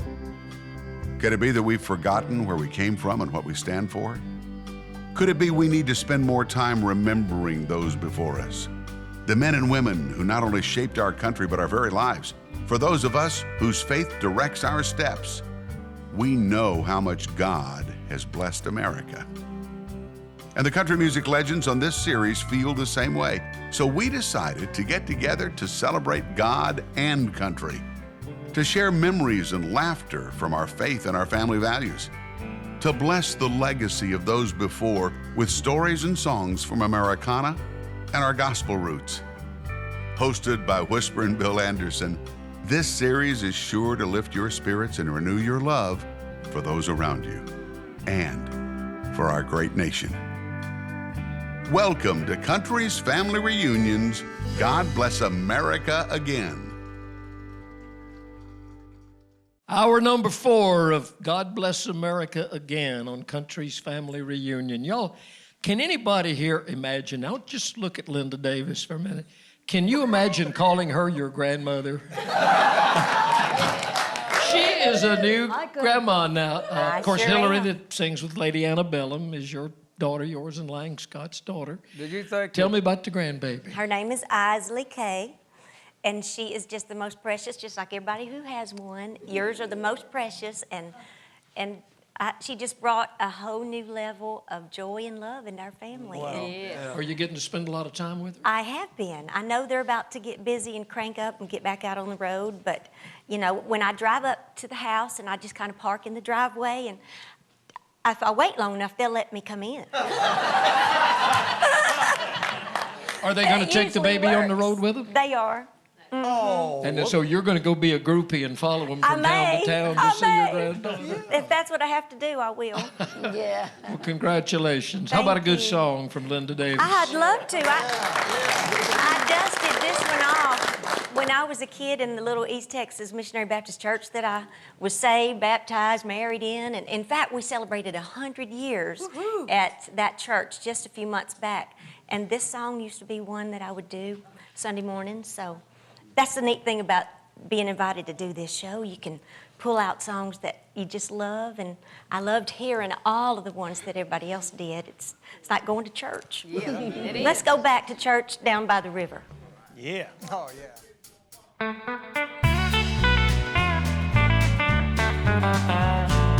Let's all go down to the river. There's a man walking on the water. Come along with me, 'cause all I want to see is that man walking on the water. He can raise the dead from the grave, change the water and turn it into wine. He can make the lame walk, he can make the dumb talk and open up the eyes of the blind. Let's all go down to the river. There's a man walking on the water. Come along with me, 'cause all I want to see is this man walking on the water.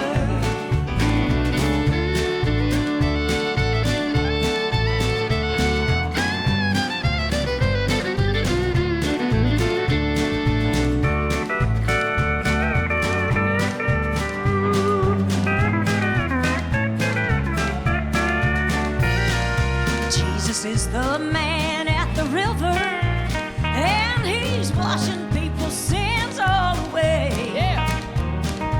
He can save your soul if you give him control, so get ready for that judgment day. Oh, let's all go down to the river. There's a man who's walking on the water.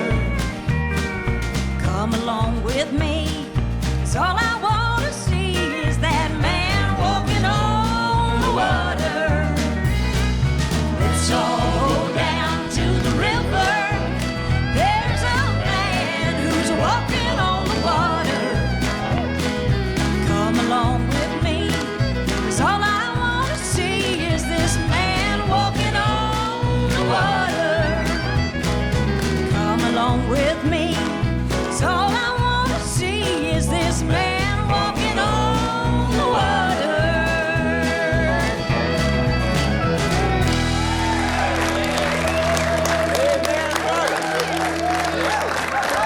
Hey, Bill. Linda Davis. Hey, Bill. I want to know. Well, I want to know great. if she'll be my grandmother too. She's beautiful. I think we'd all spend more time at Grandma's house. Grandma looked like that. Hey, Bill, when today is my daughter's 41st birthday. Wow.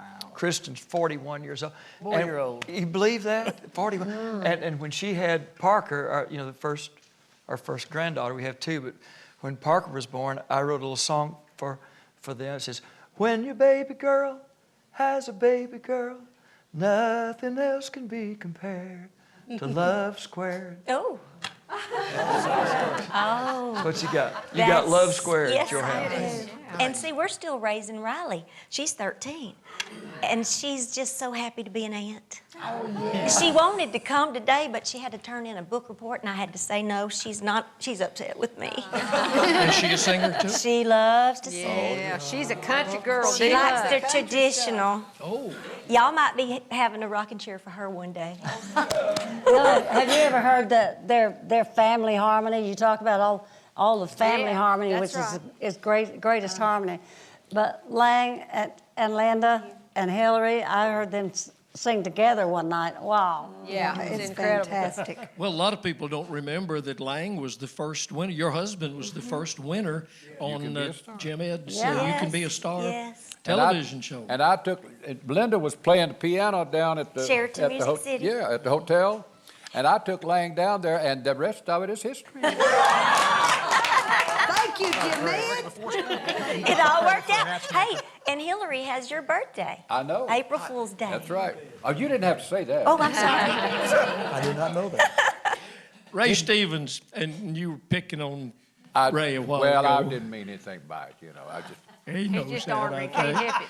Ray said to me a while ago, of course, we're in our fourth hour here. Ray said, how much longer is this going on? And I said, well, about an hour. He said, well, I wish you'd hurry up. It's my bedtime. Boy, it's good to see you. You and I go back 400 or 500 years together. Well, it's good to see you too, Bill. And, you know, when I said I was going to do this, I should have made a deal up front so I could go on first. But there you go. I'm still learning.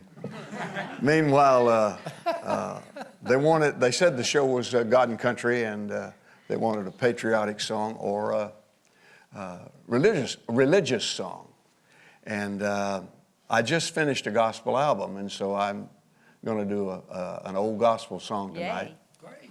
And, you know, there are a lot of new gospel songs being written and played and sung in churches all over America. And I think that's a great thing, don't get me wrong. But I want to tell you a little story. I was at my mother's funeral, and they asked me what song that they should sing for the service. And I said, well, I think it would be appropriate to sing Farther Along. They didn't know it. Oh. This is a little Southern Baptist church, and I was really stunned. Oh, maybe a few people knew it, but it was a terrible rendition of Farther Along. And I was really shocked, and I got to thinking about, you know, the old hymns are the foundation. I mean, gospel is a big house, but you can't neglect the foundation. You gotta bring those old songs along with the new. And so when I cut this gospel album, there are some new songs in it, but it's mostly the old standards. And it's just being finished. I think I'll probably finish it next week. Well, you had a lot of success with the old Albert E. Brumley gospel, So Turn Your Radio On, which you took and broadened the appeal of that. Yeah, and you know, I cut that with a piano, bass, drums, and I did some background voices, and that was it. It was a very simple record. And so on this album, and I did an album to go along with Turn Your Radio On, the old version. I think it was 1974, maybe it was out. I don't know. Anyway, a long time ago. Gosh, that's 40 years ago. And so on this album, I wanted to blow it out. And so I've got the entire local 257 on the album. Who played bass on Turn Your Radio On? I think Charlie McCoy played bass. Charlie McCoy. Either he or Norbert Putnam, and I forget. I heard it on WSM the other day. That is about the most active bass I've ever heard on it. Yeah, well, you know, the new version is a lot different, a lot more elaborate, you might say, but I hope not in a bad way. I hope people appreciate. Well, it's a long way from gospel music to this, but are you still doing your comedy tapes and videos? Oh, sure, yeah. DVDs? Yeah, as soon as I've been in the studio forever doing this gospel album, but as soon as I finish it, first part of next week, I'm going to go back in and do some comedy things. I've got some political songs, political satire that Gatlin and I were talking about it during the break, and we might get together and write a song or two for that.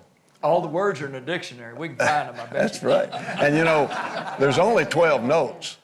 That's it. And one of them's repeated up higher. You gonna play piano and sing? Yes. I hope so. That old gospel style piano. I guess y'all all remember the disc jockey somewhere that was going to play Farther Along, and he said, we're going to do this for all the fathers that are listening. Oh, yeah. True story. Oh, Lord. Whoa. I hope I remember all these words. Not that there's that many of them, but I got a bad memory. Test it and try. Sometimes when death has taken a loved one, leaving our lives so lonely and drear, then do we wonder why there are others paying no heed year after year.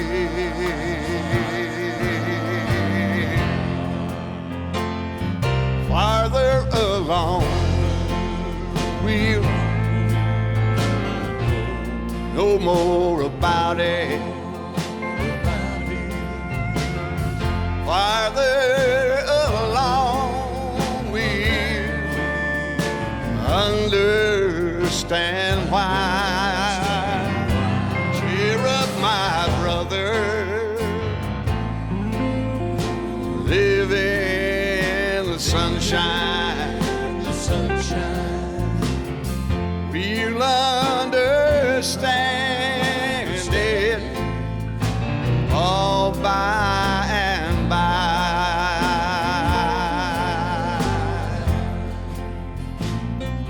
Till death be faithful, so says the master.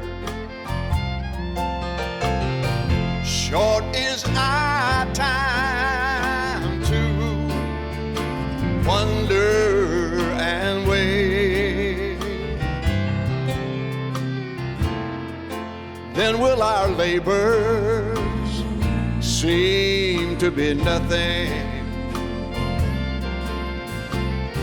when we shall pass through that heavenly gate.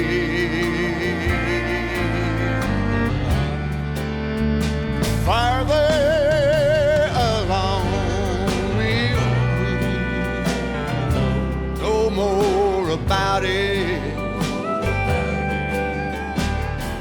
Farther along we'll understand why. Cheer up, my brother, live in the sunshine. We'll understand it, all by and by.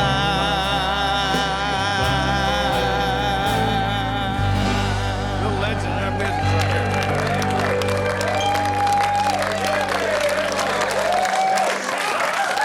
Ray Stevens. And we'll all find one together one of these days. Ray, that's great. What are some of the other songs that you've done on this? I recut Turn Your Radio On, and Amazing Grace. Have a Little Talk with Jesus. You remember that one? Yeah. I Found a Hiding Place. You know that Oh, one?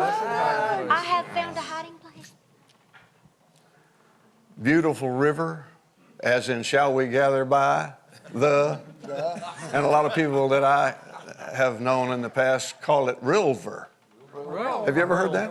Sure. They pronounce it with an L. Hello. That kind of segues into Down by the Riverside, which is a fun song to sing.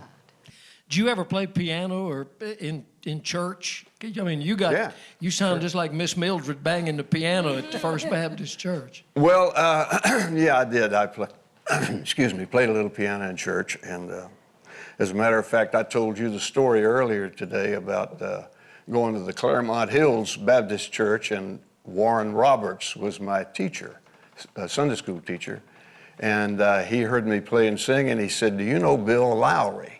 And I said, "No." And he said, "Well, you need to meet him." And so he arranged that meeting, and I met Mr. Lowry, and he said, "Write me some songs," and I did, and he got me a record deal with Capitol Records, and I was 17 years old in Atlanta. So I thought, well, this is easy, you know.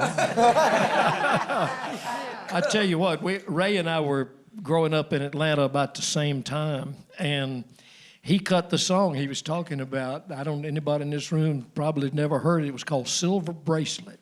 He became the biggest teenage rock and roll heartthrob in Atlanta. I mean, you owned that town when that came out. For 2 weeks. Well, that's better than none.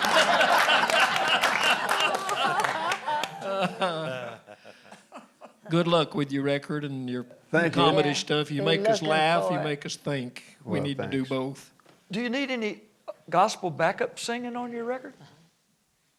Well, I've already finished it, but we can take some of those guys off and put you guys on. Okay.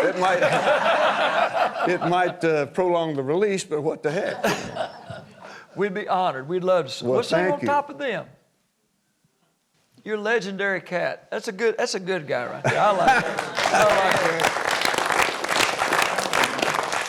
it. Marty Rabin, your background is in a lot in gospel music, right? Growing up down in Alabama. Of course, you were with the group Shenandoah. I don't know that y'all ever did any gospel songs. You did the Church on the Cumberland Road. That's close, I guess. Well, you know, we actually had did Beulah Land. Yes. And that was on the Country Salutes Gospel, the Amazing Grace Project.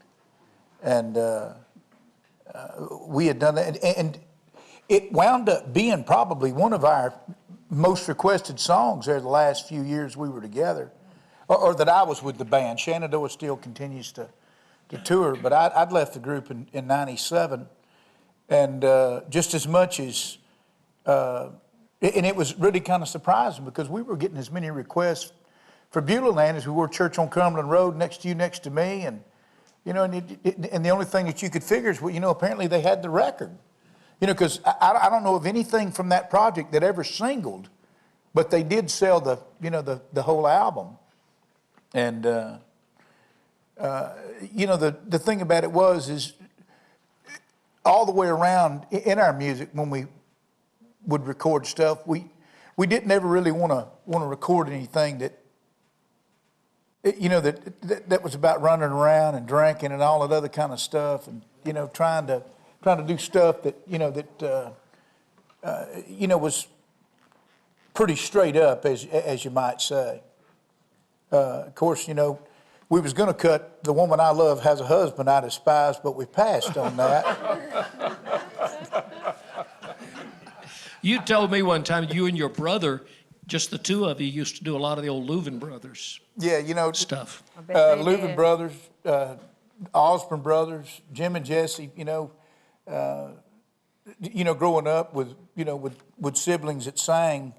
Of course, you know, I had two brothers, an older and a younger, and so therefore, you know, we followed a lot of the brother acts, the Delmore Brothers, Yeah, bet you. Louvin Brothers, you know, and my daddy was a fiddle player, and anyway, so therefore he loved singing as well too, and he taught us all, you know, the parts and stuff. And from there, I mean, we just took to singing, but we really actually found out when we were older, Rick and Tim and I, that really actually the reason why Daddy even taught us how to play guitar is because he wanted somebody to second him on the fiddle. Yeah. One give out, the other and hang on, you know. My daddy was tougher than a pine knot. He wouldn't quit. You know what I mean? He just keep playing, you know. Daddy, let's do all right, one more. Just one more. No, come on, just one more now. Let's sing one more. And he wouldn't just one more. You know, he just kept on playing. Well, how about one more from you up here? We'll probably all sing along on this one.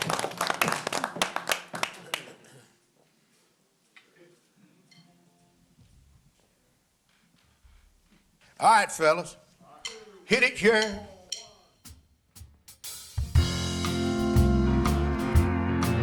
Now sing it if you know it. Surely you do. Well, I heard an old story. The Savior came from glory. How he gave his life on Calvary to save a wretch like me. Oh, I heard about his groaning and his precious blood's atoning. That I repented of my sin and won the victory.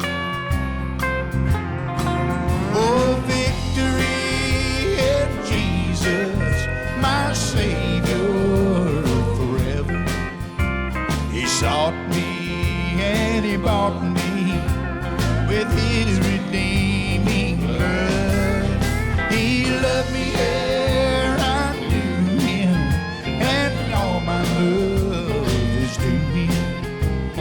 plunge me to victory beneath the cleansing blood. Well, I heard about his healing and its cleansing power revealed, how he made the lame to walk again, and he caused the blind to see. And then I cried, dear Jesus, come and heal my broken spirit. And somehow Jesus came and brought to me the victory. Oh, victory in Jesus, my Savior forever. He sought me and he bought me with his redeeming blood. He loved me ere I knew him, and all my love is to him. He plunged me to victory beneath the cleansing flood. I wind down.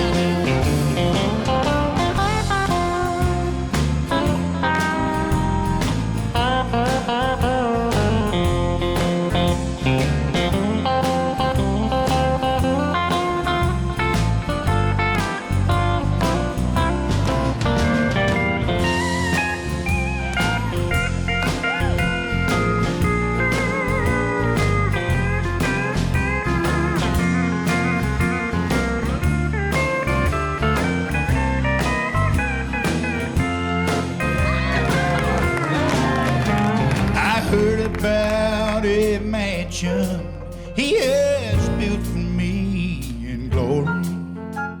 I heard about the streets of gold beyond the crystal sea. Learning about the angels singing and the whole redemption story. And someday I'll sing up there the song of victory. Hallelujah. Oh, victory in Jesus, my Savior forever. He sought me and he bought me with his redeeming blood. He loved me ere I knew him, and all my love is to him. Plunge me to victory beneath the cleansing flood. He plunged me to victory beneath the cleansing flood.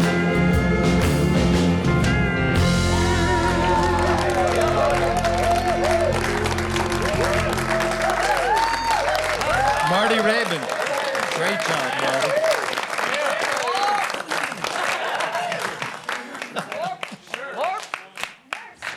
I couldn't help but notice from the angle where I'm sitting when I was looking at Marty.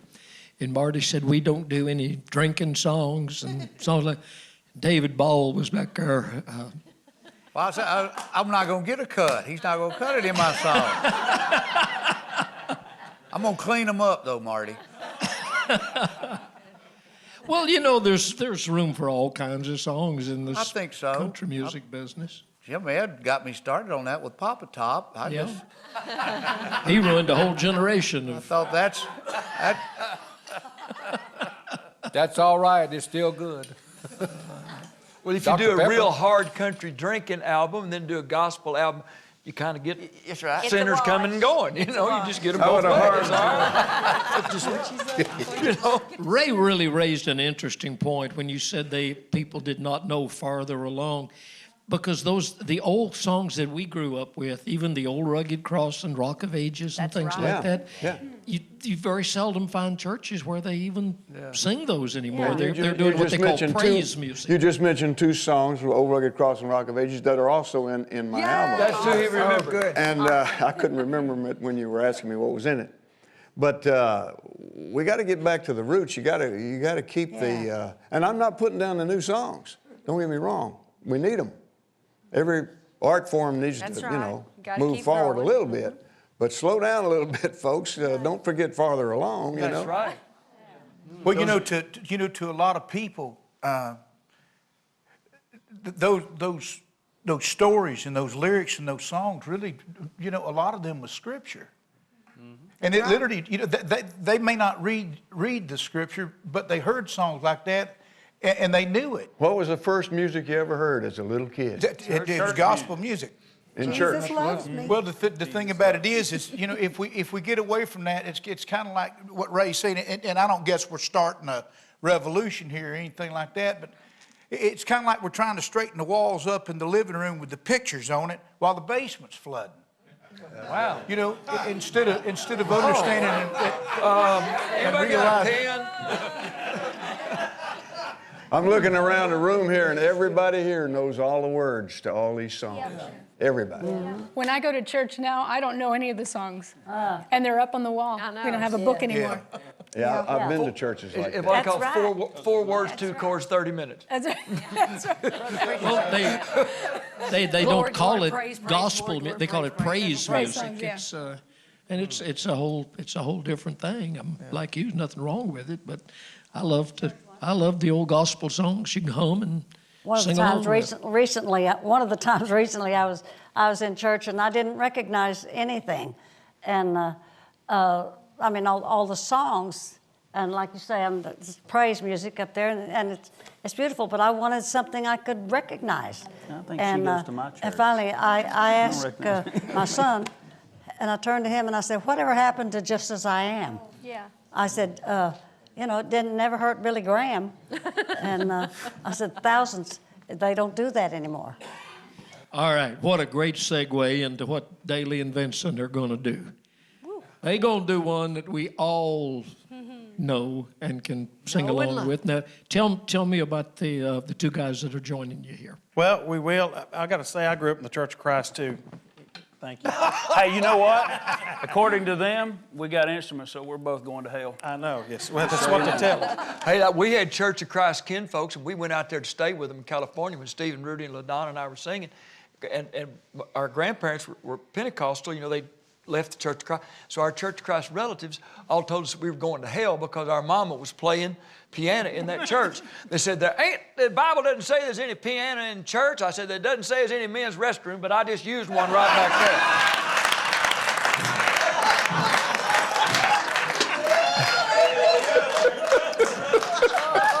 And there you have it. Follow that. Yeah, follow that. I'm hugging you. We go I never want to follow the Gatlin brothers.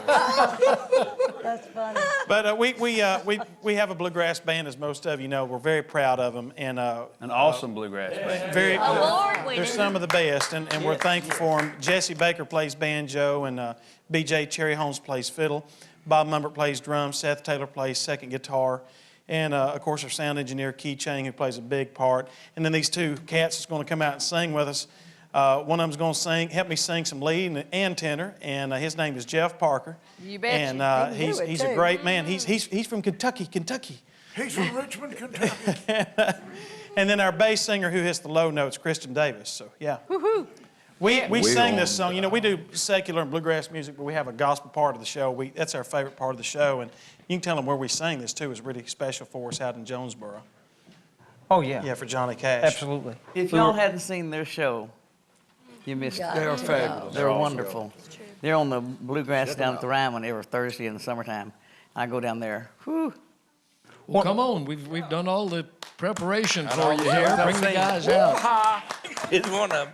I was going to share a story. We were asked to go out and do a benefit concert to fix up Johnny Cash's home place. And there was a bunch of us there. Chris Christopherson, George Jones, Gary Morris, just a whole bunch of us.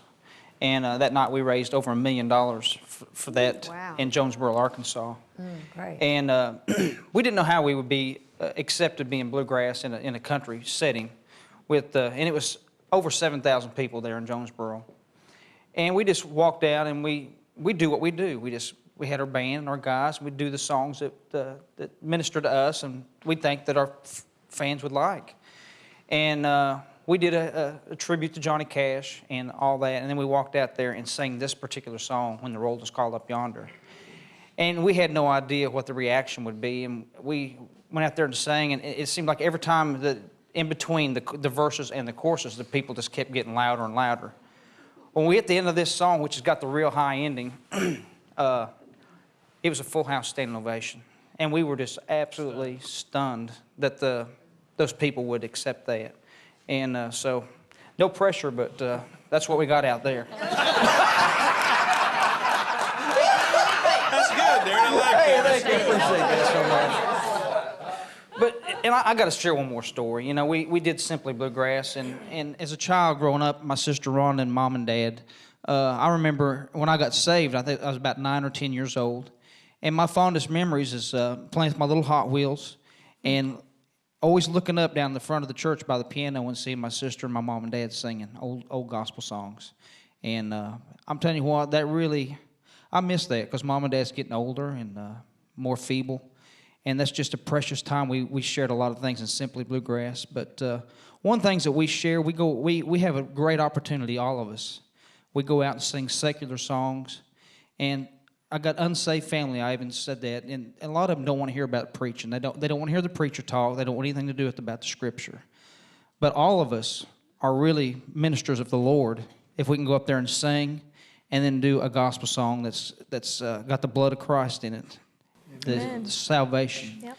They'll accept that, especially from us. They'd put us on a pedestal anyway, even though we're sinners just like they are. But we really have a great opportunity to minister to people and to sing. And I just think that's the wonderful thing about secular and country and all kinds of music, but with a gospel chord, because we can get to the unsaved and they don't even know it. Amen. That's right. That's very, very good. Thank you. Yes, it is. When the trumpet of the Lord shall sound, and time shall be no more, and the morning breaks eternal, bright and fair.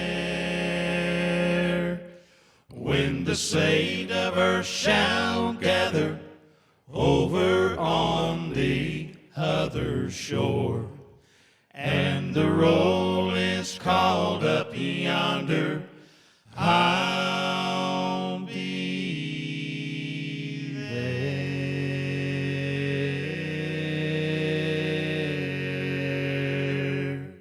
When the roll is called up yonder, I'll be there. When the roll is called up yonder, I'll be there. When the roll is called up yonder.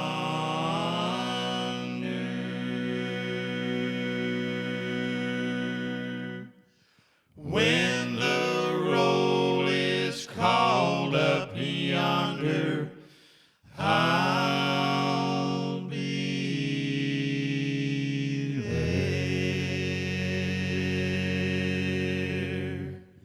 On that bright and cloudless morning, when the dead in Christ shall rise, and the glory of His resurrection share, when His chosen ones are gathered to their homes beyond the sky, and the roll is called up yonder, I'll be there. When the roll is called up yonder, I'll be there. When the roll is called up yonder, I'll be there. When the roll is called up yonder.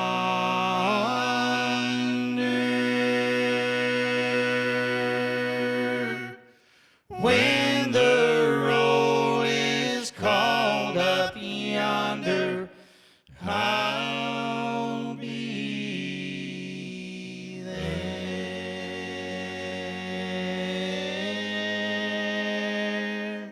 Let us labor for the Master from the dawn till setting sun. Let us talk about his wondrous love and care. And when all of life is over and our work on earth is done, and the roll is called up yonder, I'm gonna be there. When the roll is called up yonder, I'll be there. When the roll is called up yonder, I'll be there. When the roll is called up yonder.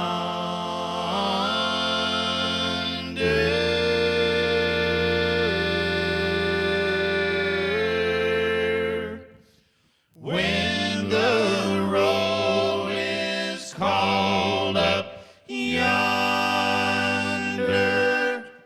I'll be there.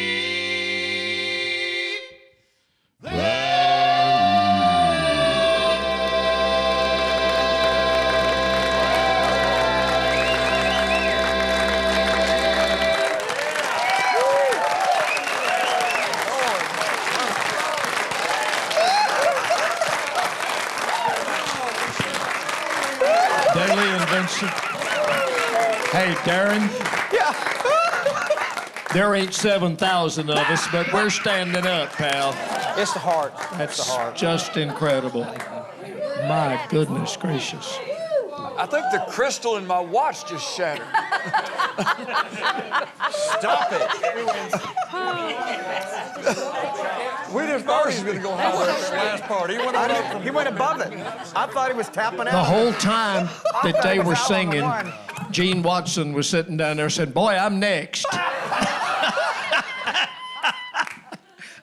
There ain't an act that you can't follow. You got something special that you want to do. Before Gene sings, I happen to know this is very special. Tell us about it.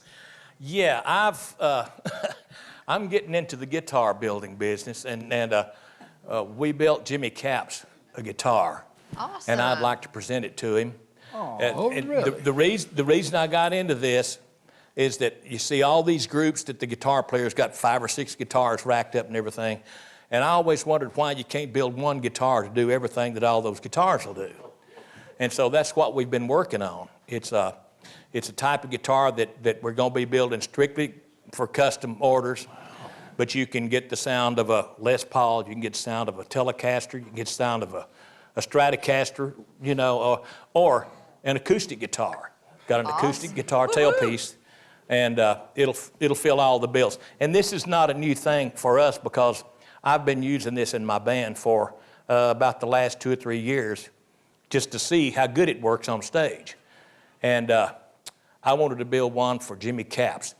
I'm the one that comes up with the ideas, and I've got a real good friend that builds the guitar and builds it, of course, to my specifications or whoever wants a guitar wants theirs to be.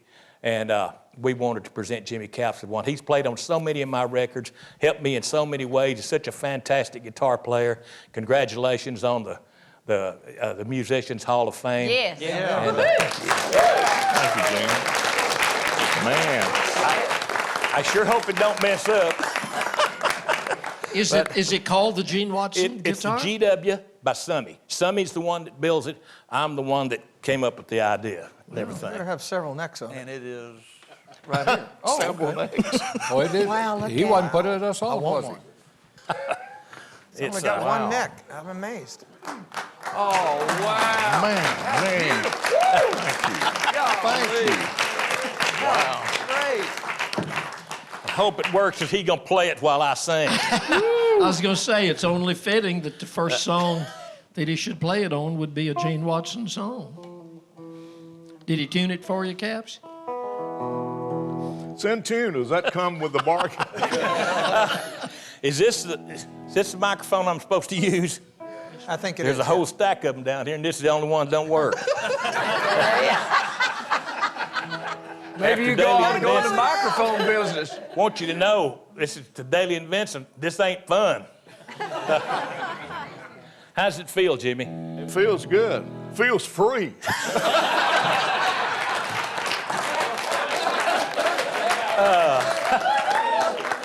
Well, sorry.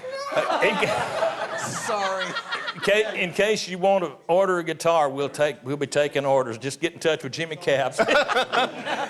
No, I hope you like the way it plays and sounds and everything. Thank you, Gene. All right. I'm going to try Pray a song. for me. I've never tried to sing this song, and Come on. nervous ain't the word for what I am. So I hope I don't forget the words. Jeannie Seeley, be praying for me, okay? I'm praying. It worked for me. I'm an extremely patriotic person. I don't show it in a lot of ways, and I know everybody's got their different views and everything, and I never have recorded a patriotic song, but I think that Merle Haggard kind of said it all in this song right here, and I'm going to try to do this with justice, if it's okay with you. Yeah.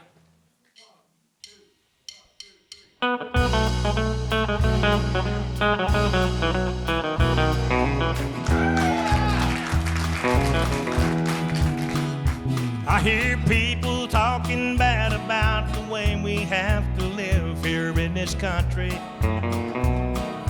harping on the wars we fight, griping about the way things ought to be. Now I don't mind them switching sides or standing up for things that they believe in, but when you're running down my country, man, you're walking on the fighting side of me. You're walking on the fighting side of me, running down a way of life our fighting men have fought and died to keep. If you don't love it, leave it. Let this song that I'm singing be a warning. When you're running down my country, man, you're walking on the fighting side of me.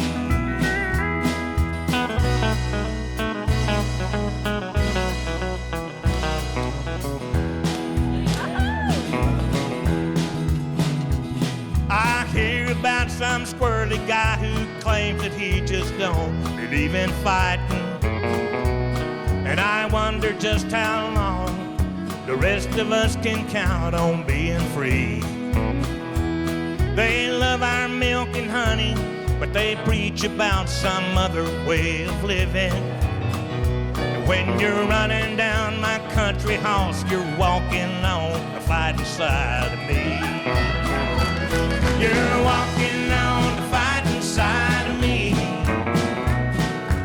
running down a way of life our fighting men have fought and died to keep. If you don't love it, leave it. Let this song that I'm singing be a warning. When you're running down our country, man, you're walking on the fighting side of me. You're walking on the fighting side of me, running down a way of life our fighting men have fought and died to keep. If you don't love it, leave it. Let this song that I'm singing be a warning. When you're running down my country, man, you're walking on the fighting side of me.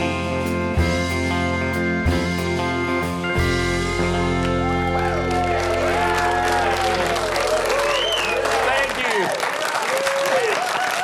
Hey, Gene, stay there a minute. Keep your microphone just a second. I want to ask you something because I know people are going to ask us. Number one, how can the viewers and the people, how can they find out about your guitars? Is there a website? Or? Yes, you can go to our website, GeneWatsonMusic.com. We have two websites, GeneWatsonMusic.com or Gene-Watson.com. Now that one is an Irish website out of Dublin, Ireland, the second one. But the one here in Nashville is GeneWatsonMusic.com.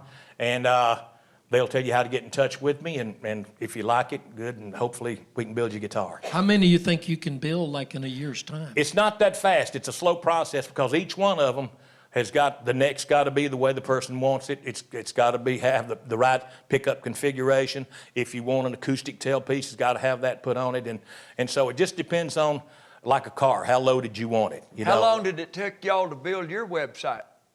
How long did it take us to build our website? Oh, my goodness. Larry, I done had to go behind Dailey Vincent. I don't need that. Hey, one show I'm on, Mo Bandy ain't here, and here you stick your head up. Thank you very much. Gene, good luck. Gene Watson, one of the greats.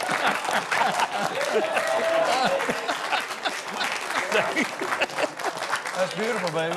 I want to ask him how expensive the guitar is, but I was almost afraid. I ain't telling. Yeah. Check out the website. I wanted to mention one thing. I don't know if a lot of people knew that I toured extensively doing military bases in 1968 and 1969.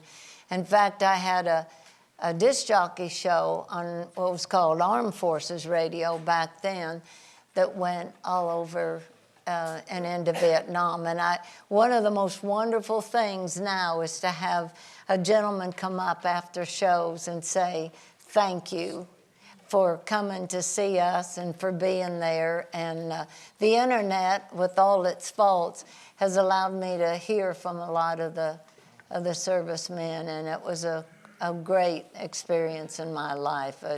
One very tiresome time. I didn't have the comforts of the Bob Hope things and all that. We did it independently, but I just wanted to mention that in case any of them, and I know they watch the family reunions, I hear that, so just want all of them to know how much it means to me when I hear from these military men and women. It does to all of us. Mm-hmm. Sure It's does. great. Thank you for and saying and I love that I get to use the Stars and Stripes dressing room at the Opry all the time. It keeps that in my mind. Just want to mention it. Thank you for doing that. One great singer deserves another. Daryl Singletary, you have been Come so on. quiet today. He said at the break a while ago, he said, I just been sitting over there crying one minute and laughing the next. It's anointed in here, Well. for sure. Hey, Bill, he said he wanted to come and work for Dailey and Vincent and sing tenor for us. Oh. Yeah, that's what he just told me. Oh, really? Yeah. I'm looking I forward just to want it. to see what he wears to get that high. It's tight, Well, maybe whatever I it don't. is. Yeah. No, you don't. Can we get a song out I'd of love to. Daryl Singletary? I'd love to. Get on him, brother Daryl. Daryl, I did not know you were going to sing this song, and I really feel like I should apologize to you because I the way that I recorded the Old Army Hat song was with America the Beautiful on the end of it, but we could have left it off. I did not know you were going to sing it, so Oh, that's please forgive fine. me. That's fine. I was approached, did the NFR last year, and a gentleman with the Rocky Mountain Elk Foundation come up to me and said, we're doing our national convention in Vegas in February, and would you come in and record America the Beautiful for us? And I said, yeah, I'd love to. And the presentation at the convention was a full video of different Americana things. I told a few people here today, at the end of the video, there's a flag flying in the wind, and a elk is bugling at the end of this song. So just imagine all that stuff happening while we're singing it today.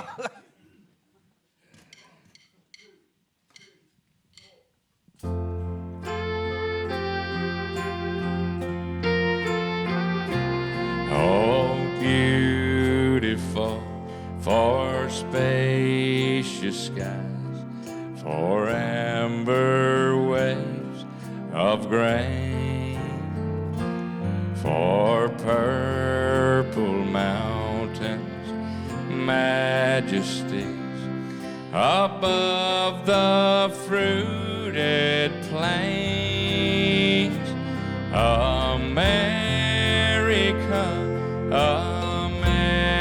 America, God shed His grace on thee and crowned thy good with brotherhood from sea to shining sea.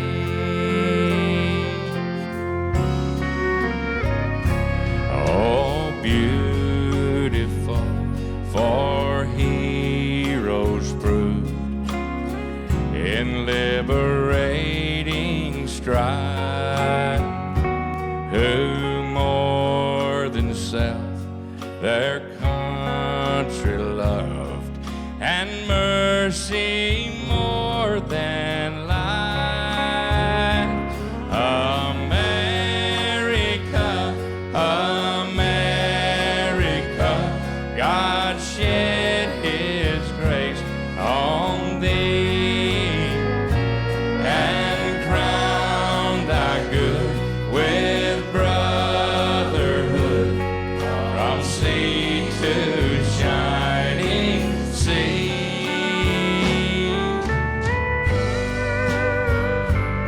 One more hand for this band, everybody.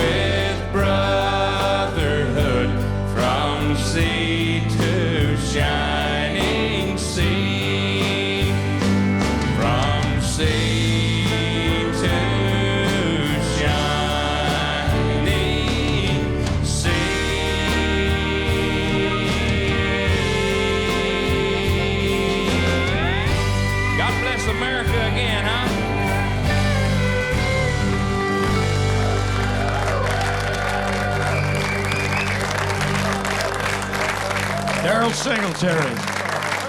Thank you, man. Hey, this has been a wonderful, wonderful day for our country's family reunion. God bless America again. Thanks to everybody for being here. Thanks to the set designers who put the flags around and did such a terrific job. Always thanks to the band, mostly thanks to all of our friends that are watching us. We love you. We love hearing from you. We love to know that you're watching Country's Family Reunion. It's been a blessing to everybody that's in this room. From all of us, I'm Bill saying thank you so much. Good night. God bless you.